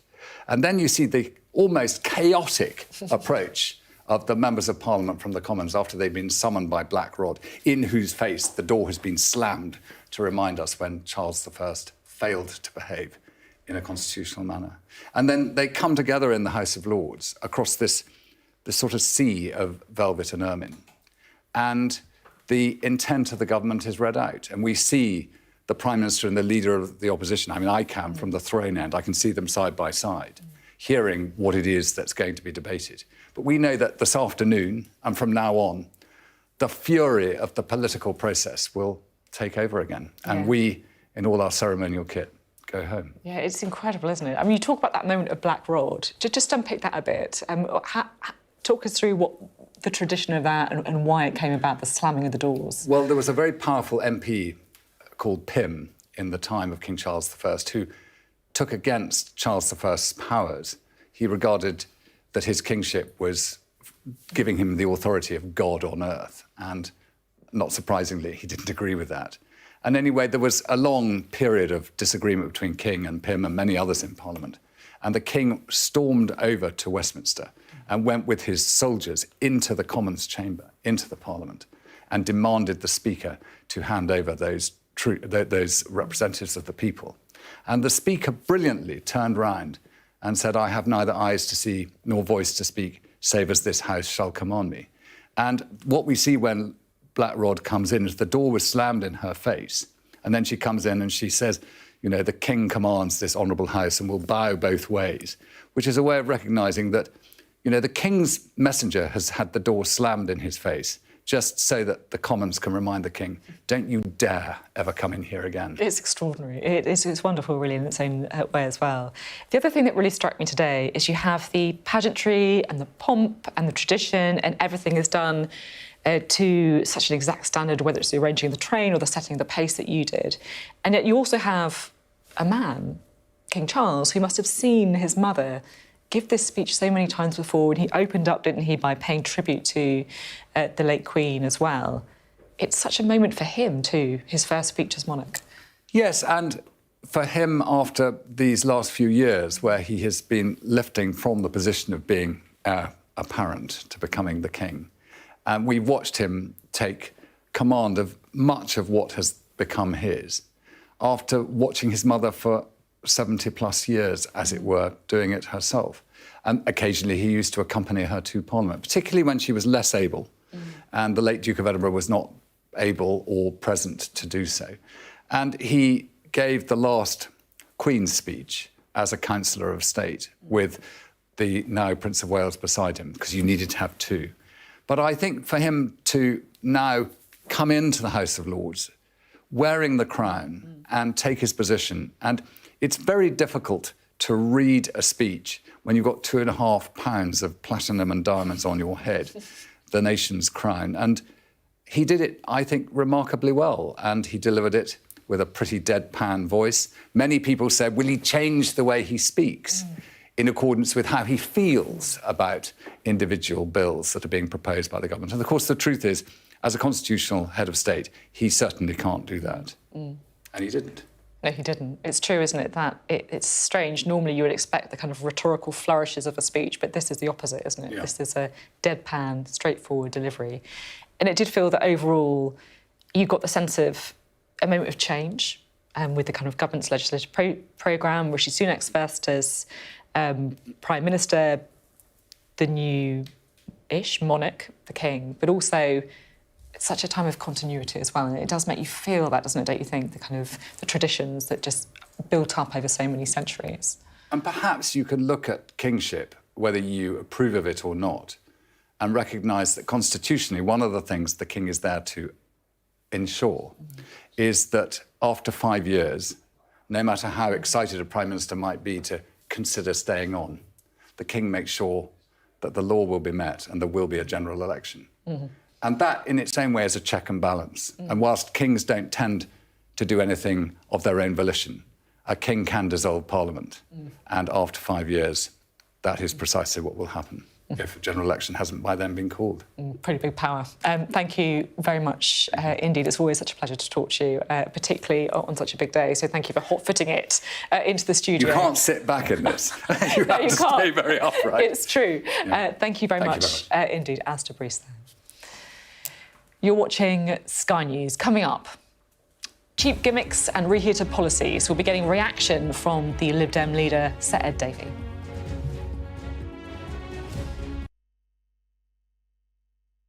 She's absolutely fantastic. Hopefully you can see her there behind me. She's looking a lot lighter than she was yesterday. She's had the wool off her now and she's in tremendous health. Absolutely fantastic. She had a full check over with SSPCA after the rescue. And you would almost say she's overweight. In sheep terms, she's in incredible condition. When I saw the story breaking, a lady named Jill Turner was kayaking and had put this post on that then went viral. And I was reading the comments about how negative it was about the farmers not caring and you know, making it out that it was leaving this sheep to die. And that's when I reached out to the farmer and asked for the real story of what was happening and how it was so dangerous to get this sheep up. There was a real risk to life. And I thought, what crazy people do I know that would come and take a little risk with me and see if we can rescue Fiona here and get her back up and get her somewhere safe. So I contacted Graham and initially contacted Graham and Alistair here. And then I thought we could really do a secret weapon, and that's when we got Ali here from the Isle of Lewis. He's a mountain goat. Mountain goat is correct. he does things like this every week, but it doesn't make the news. Carmi actually contacted me because he thought I might have a boat. We thought that might be the most safe way to actually extract her from where she was. But we soon realised that actually it would be safer, quicker and easier and better for Fiona, as she's now called, to take her up the hillside, and that's exactly what we did in the finish up, wasn't it? Yeah. As safely as possible. And it was incredible how she actually managed the journey. We thought she would be stressed out, and we thought we would worry about her safety, and clearly we did worry about her safety, but it was absolutely incredible how relaxed she was throughout the whole thing, wasn't it? Oh, yeah. We have a great little bit of footage of her nibbling grass on the way up. I've worked with sheep my entire life, never seen anything like it.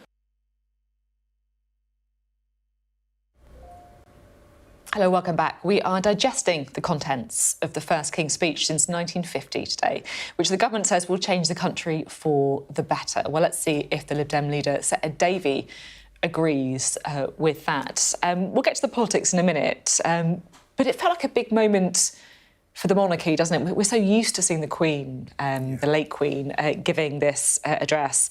Today, it was King Charles. Yeah, you really felt that when we were listening to the King read the speech. He referenced it in his early remarks, and I think we all sort of shed a tear internally. But I think then the pomp took over, and I've seen many Queen speeches in the past. I always love the pomp, I think we all do, and it's very, very British and a really good moment. As for the politics, well, I'm afraid the politics were pretty dreadful, and I was really a bit surprised, actually. He was really tired. This was not a vision. This is a government that's clearly run out of ideas, almost admitting it. And frankly, the sooner they're put out of their misery and we have a general election, the better. I mean, I guess what the government would say is that there's an awful lot of policies in the King's speech that they believe will go down quite well with the British public. So making sure that people who are convicted of the worst crimes, the biggest, most serious sexual crimes, for example, get longer sentences, or whether it is, for example, making sure that no 14-year-old can ever buy a cigarette again. Well, we're going to look at each individual measure when they put it forward.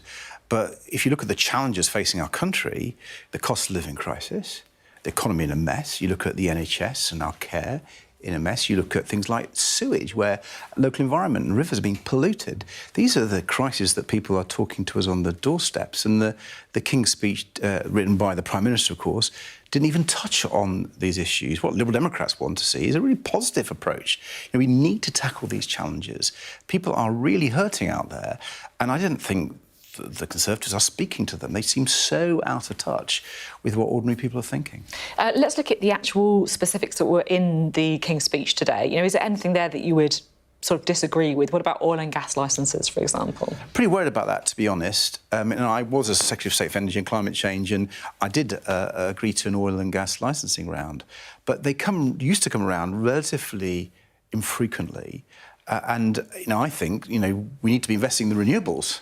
Not so in are oil you and against gas. this then? Would you vote against it? Or? We'll look at the detail, but almost certainly we are going to vote against it, because the priority must be insulating people's homes. That will cut people's energy bills now. The priority must be investing in renewables, which is the clean, cheap energy of the future.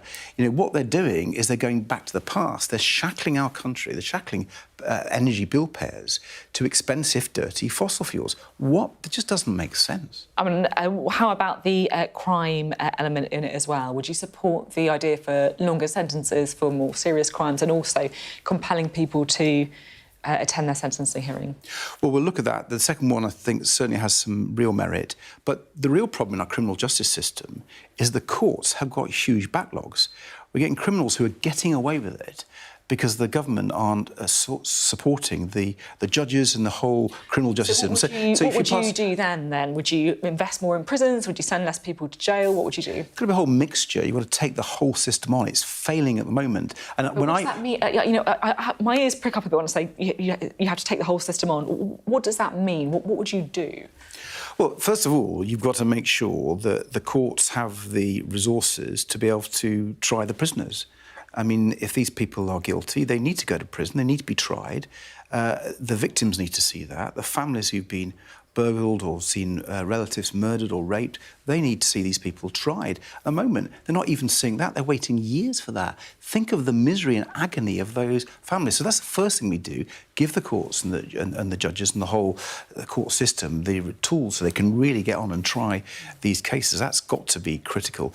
In terms of prison places, Liberal Democrats have said for a long time that there are very short sentences where people go in and for relatively minor crimes. In many, many other countries, they get community sentences, and by putting them in prison, you often not only take up capacity where you should putting the real serious criminals, the rapists and murderers behind bars, but you also allow them to sort of learn crime from the other inmates. That's a nonsense. The Conservatives have got this completely wrong. So there's that's what I mean by the whole system. You've got to look at almost every aspect of this. And I'll give you another aspect. The Democrats have been looking at police support, police officers. And because the police haven't been given the support by the Conservatives that they should have, we're seeing in many parts of the country where the police take a long time to turn up. And what does that mean? Not only does the victim not get support from the police that they deserve, but sometimes the evidence and the witnesses go missing, so we can't actually put the criminal behind bars when they're eventually caught.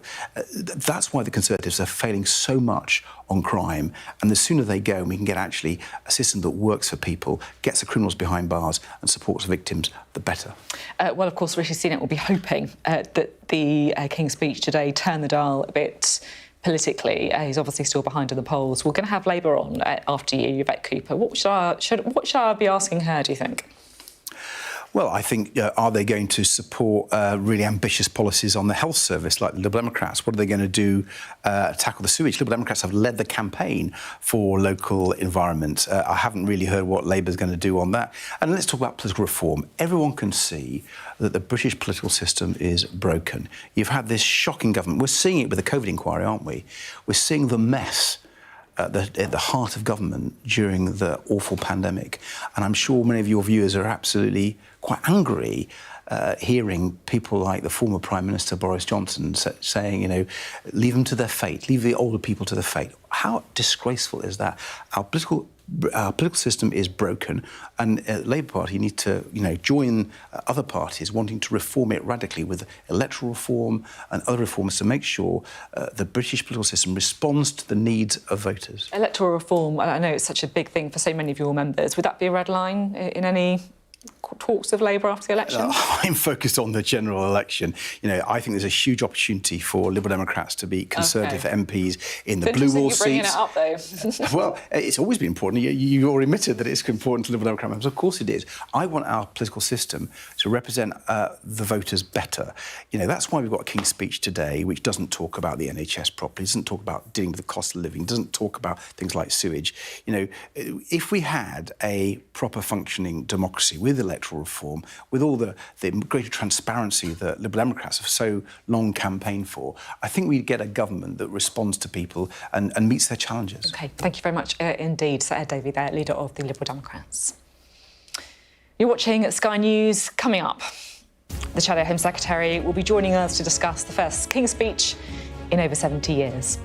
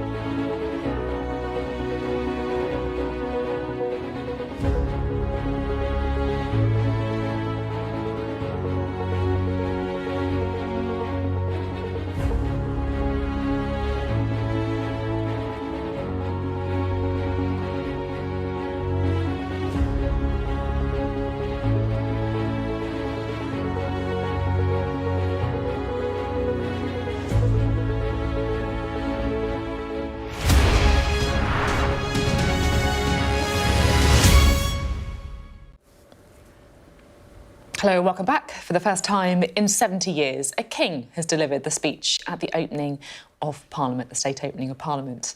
Well, earlier, King Charles performed the role for the first time as monarch, setting out the government's agenda for the coming year. It is mindful of the legacy of service and devotion to this country set by my beloved mother, the late Queen, that I deliver this, the first King's speech in over 70 years. The impact of COVID and the war in Ukraine have created significant long-term challenges for the United Kingdom. That is why my government's priority is to make the difficult but necessary long-term decisions to change this country for the better.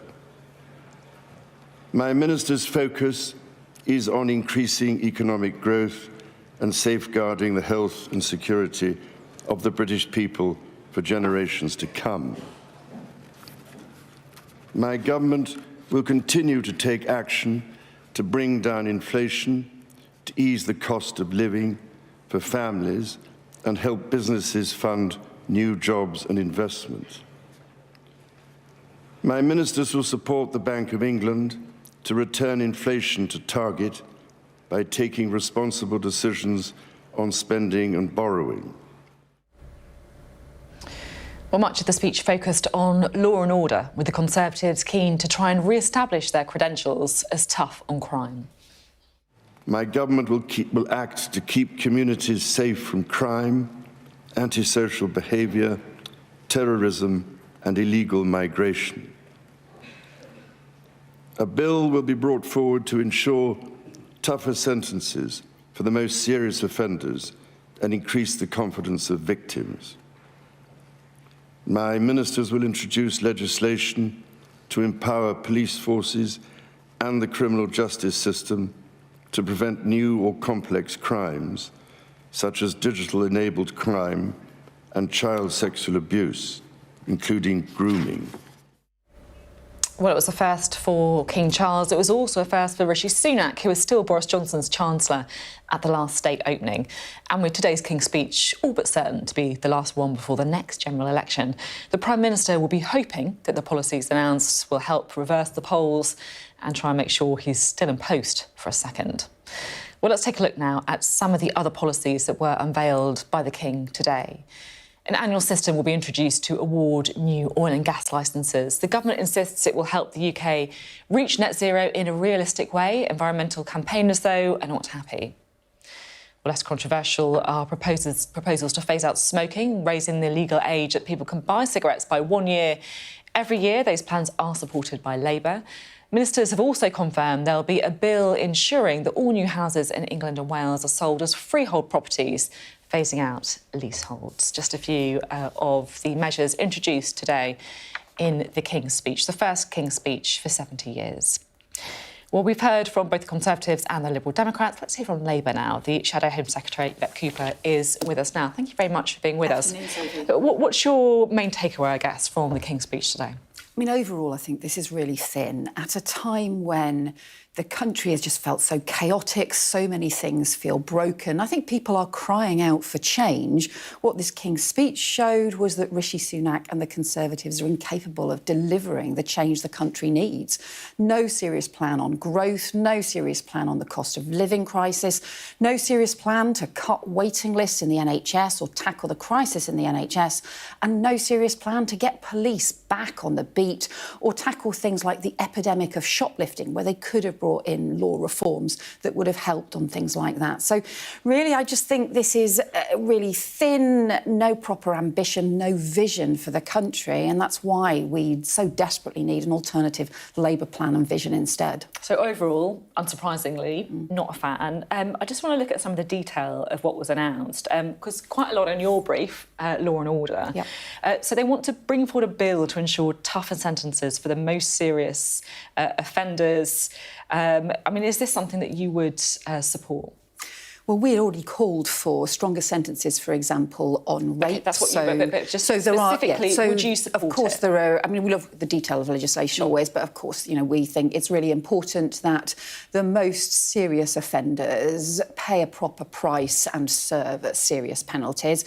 But interestingly, this bill also seems to include measures which may mean that actually in domestic abuse cases or stalking, that there are perpetrators who will have lesser sentences as a result of this. And we also know that this is at a time when, frankly, only 2% of rape cases even make it to court in the first place, and 90% of crimes just aren't being solved. So I think this is just tinkering with one bit of the criminal justice system. Just to unpick, when you say that there could be lesser sentences for things like domestic abuse, stalking, that's because of people who get less than a year's sentence. That's right. Not necessarily going to jail. That's right. So there are proposals around what should happen for people who have been given a sentence of less than a year. We know that that is very common in cases around domestic abuse, common assault cases, and also stalking cases as well. So we're going to have some serious questions about what the government is going to do. Would you spend more money on prisons? Is that what you would do?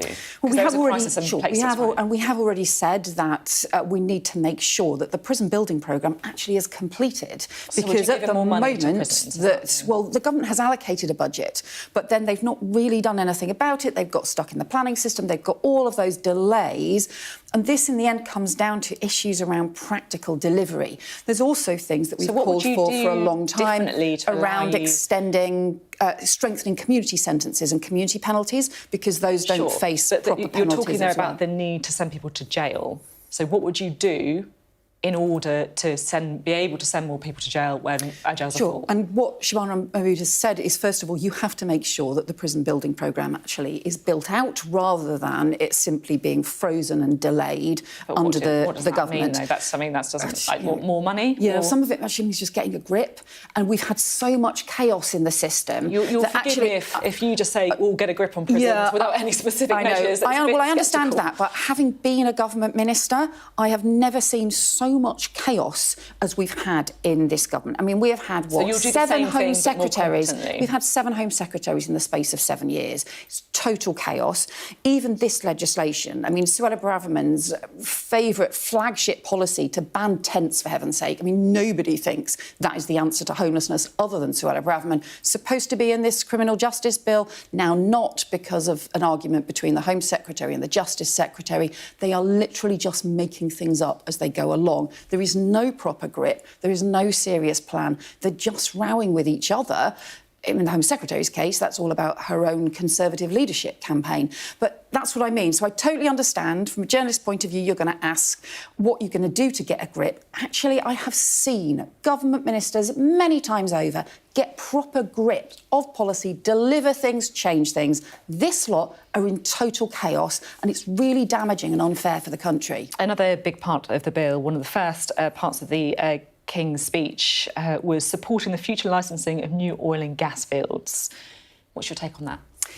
So I think this is just going in the wrong direction. And we've said what we need is a proper plan to set up GB Energy, to shift to renewables and, crucially, to cut energy bills. And at a time of the cost of living crisis, that is extremely important. And instead, even the Energy Secretary admitting this week that their proposals won't cut energy bills. This is not actually going to help people with the cost of living crisis. So we do think that is the wrong approach. So you'd vote against it then? You don't support So we've opposed their approach on this. We think that's the wrong approach. OK. Overall, you know, if you were going to have the opportunity to do your own King's speech, which is the whole point, right, what would be your number one piece of legislation, your number one big country-transforming proposal you put in there? So we'll be competing for that, for the number one spot, because we've got so many things that we want to do. I can tell you. Go on. So I'll tell you on crime and justice, we've got to get back to neighbourhood policing. We've set out plans, 13,000 more neighbourhood police back in our communities, the PCSOs, police officers, back in those neighbourhood teams, and practical plans around tackling serious violent crime, antisocial behaviour. But look, we've also got plans around growth, around what's the one big GB Energy, and setting up the GB Energy that will get those jobs and the industrial policies of the future. as Streeting's got plans around cutting waiting lists, around getting the dentist appointments in place, around getting the mental health reforms that we need. We've got so many things that we will be competing to tell you which is the number one. But certainly from a Home Affairs point of view, the big priority will be getting those police back on the streets and into our communities. That's how we prevent crime. It's also how we catch criminals and make sure that confidence is restored to the criminal justice system, which just feels so broken. While I have you and the opportunity to interview, I did want to get your opinion on the protests that are planned for the weekend. So this is the pro-Palestinian protests. Nothing planned for Remembrance Sunday, but there is a protest planned on the Saturday, which is the 11th, which is actually Remembrance Day. Should that go ahead? So this is an operational matter for the police. We support the police in the work that they're doing. Remembrance Weekend is obviously an opportunity for everyone to come together, and I think that's what communities across the country will want to do. The police have said, as we understand it, that their concerns are not around the main march, but they are around the breakaway groups and fringe elements and the risk of violence and disorder. So they've made a request to the organisers to postpone the march, and we support the police in the difficult task that they have, but we're not going to second guess the police. And I think the difference between the approach that I take to this and the approach that the Home Secretary takes is that I think she has been using inflammatory language. She's been deliberately trying to provoke division rather than bring people together, and she's actually making it much harder for the police to do their job. There are important rights to peaceful protest. There's also important issues around remembrance this weekend. The police have to work in order to be able to support our communities. Let's let them get on with the job without trying to second-guess them or without trying to make their job harder, because that's what the Home Secretary is doing. So you're saying that you support the police in asking for the protests on Saturday to be delayed. Just to put the alternative point of view, there'll be some people who think if you can't protest a war on a day when we're remembering and reflecting on the horrors of war, then what's going on? And let's be really clear, the right to peaceful protest is a really important one. Actually, we also, all of us, need to recognise just how devastating the events are in the Middle East when you have 10,000 Palestinians who have been killed in Gaza, including thousands of children. Today is also obviously the 1 month on from the awful Hamas attacks, and there are still hostages being held. So these are devastating events, and actually people want to be able to express their views and to be able to do so. And that's why I think the Home Secretary was so wrong to try and make this an issue, a divisive issue, and to use this inflammatory rhetoric rather than trying to actually bring people together and recognise the real distress that people are feeling on all sides of this debate and how complicated this is.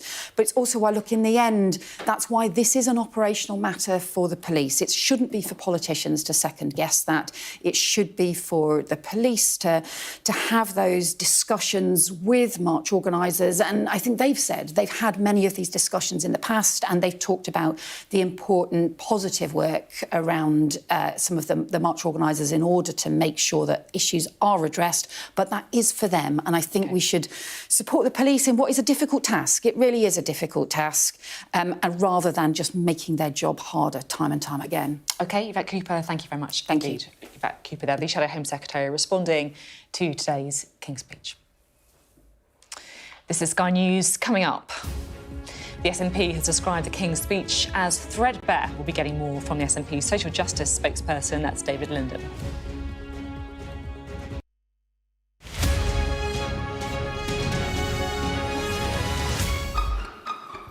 We've got your Sunday mornings covered.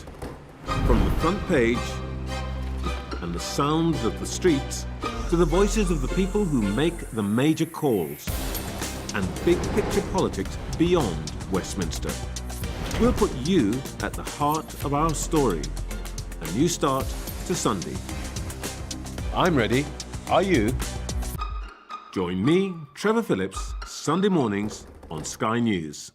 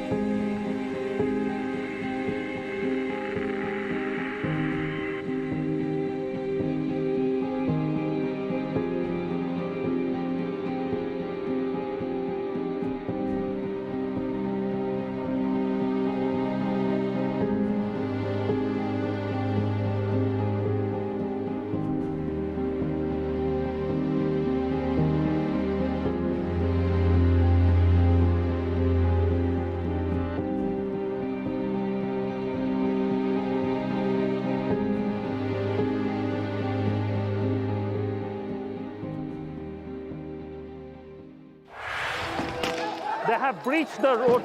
There is a lot of gas being fired all around us.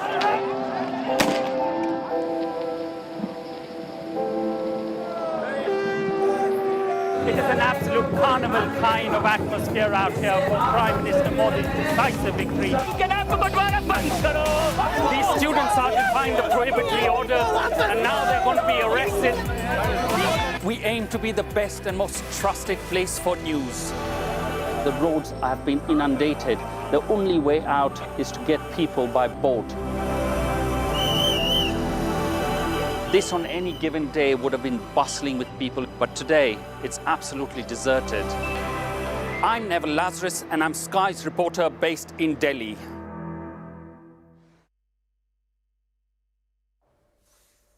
Hello, welcome back. Now, the King's speech was heavy on law and order, with tougher punishments for the worst offenders and measures to crack down on antisocial behaviour. With us to discuss all of that is David Linden, the SNP's social justice spokesperson. Thank you for being on the programme today. Good to have you. What's your main takeaway, then, from the King's speech? Pretty threadbare King's speech. It certainly indicates to me that the Prime Minister might be considering an early election, because there's no way that what was outlined this morning is going to last us until November. But I think the biggest takeaway for me, to be honest, is a kind of real lack of help when it comes to the cost of living crisis. The SNP has set out a plan for making sure that we've got that £400 energy rebate, that mortgage interest relief as well, and also action to cap food prices. None of that was in there today.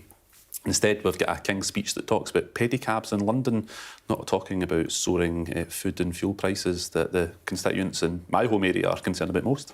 I just want to unpick what you said at the beginning there. Speculation, you think there could be an early election because you haven't got enough legislation to keep you going for a full year? So I was having a look this morning, Sophie. I mean, in previous Queen's speeches, we've had something like 38 bills in one occasion. I think today we're lucky to get more than 20. There is no way that the legislative agenda that the Prime Minister has outlined will be enough to keep us going until kind of November next year. So it strikes me that the Prime Minister might be considering an early election.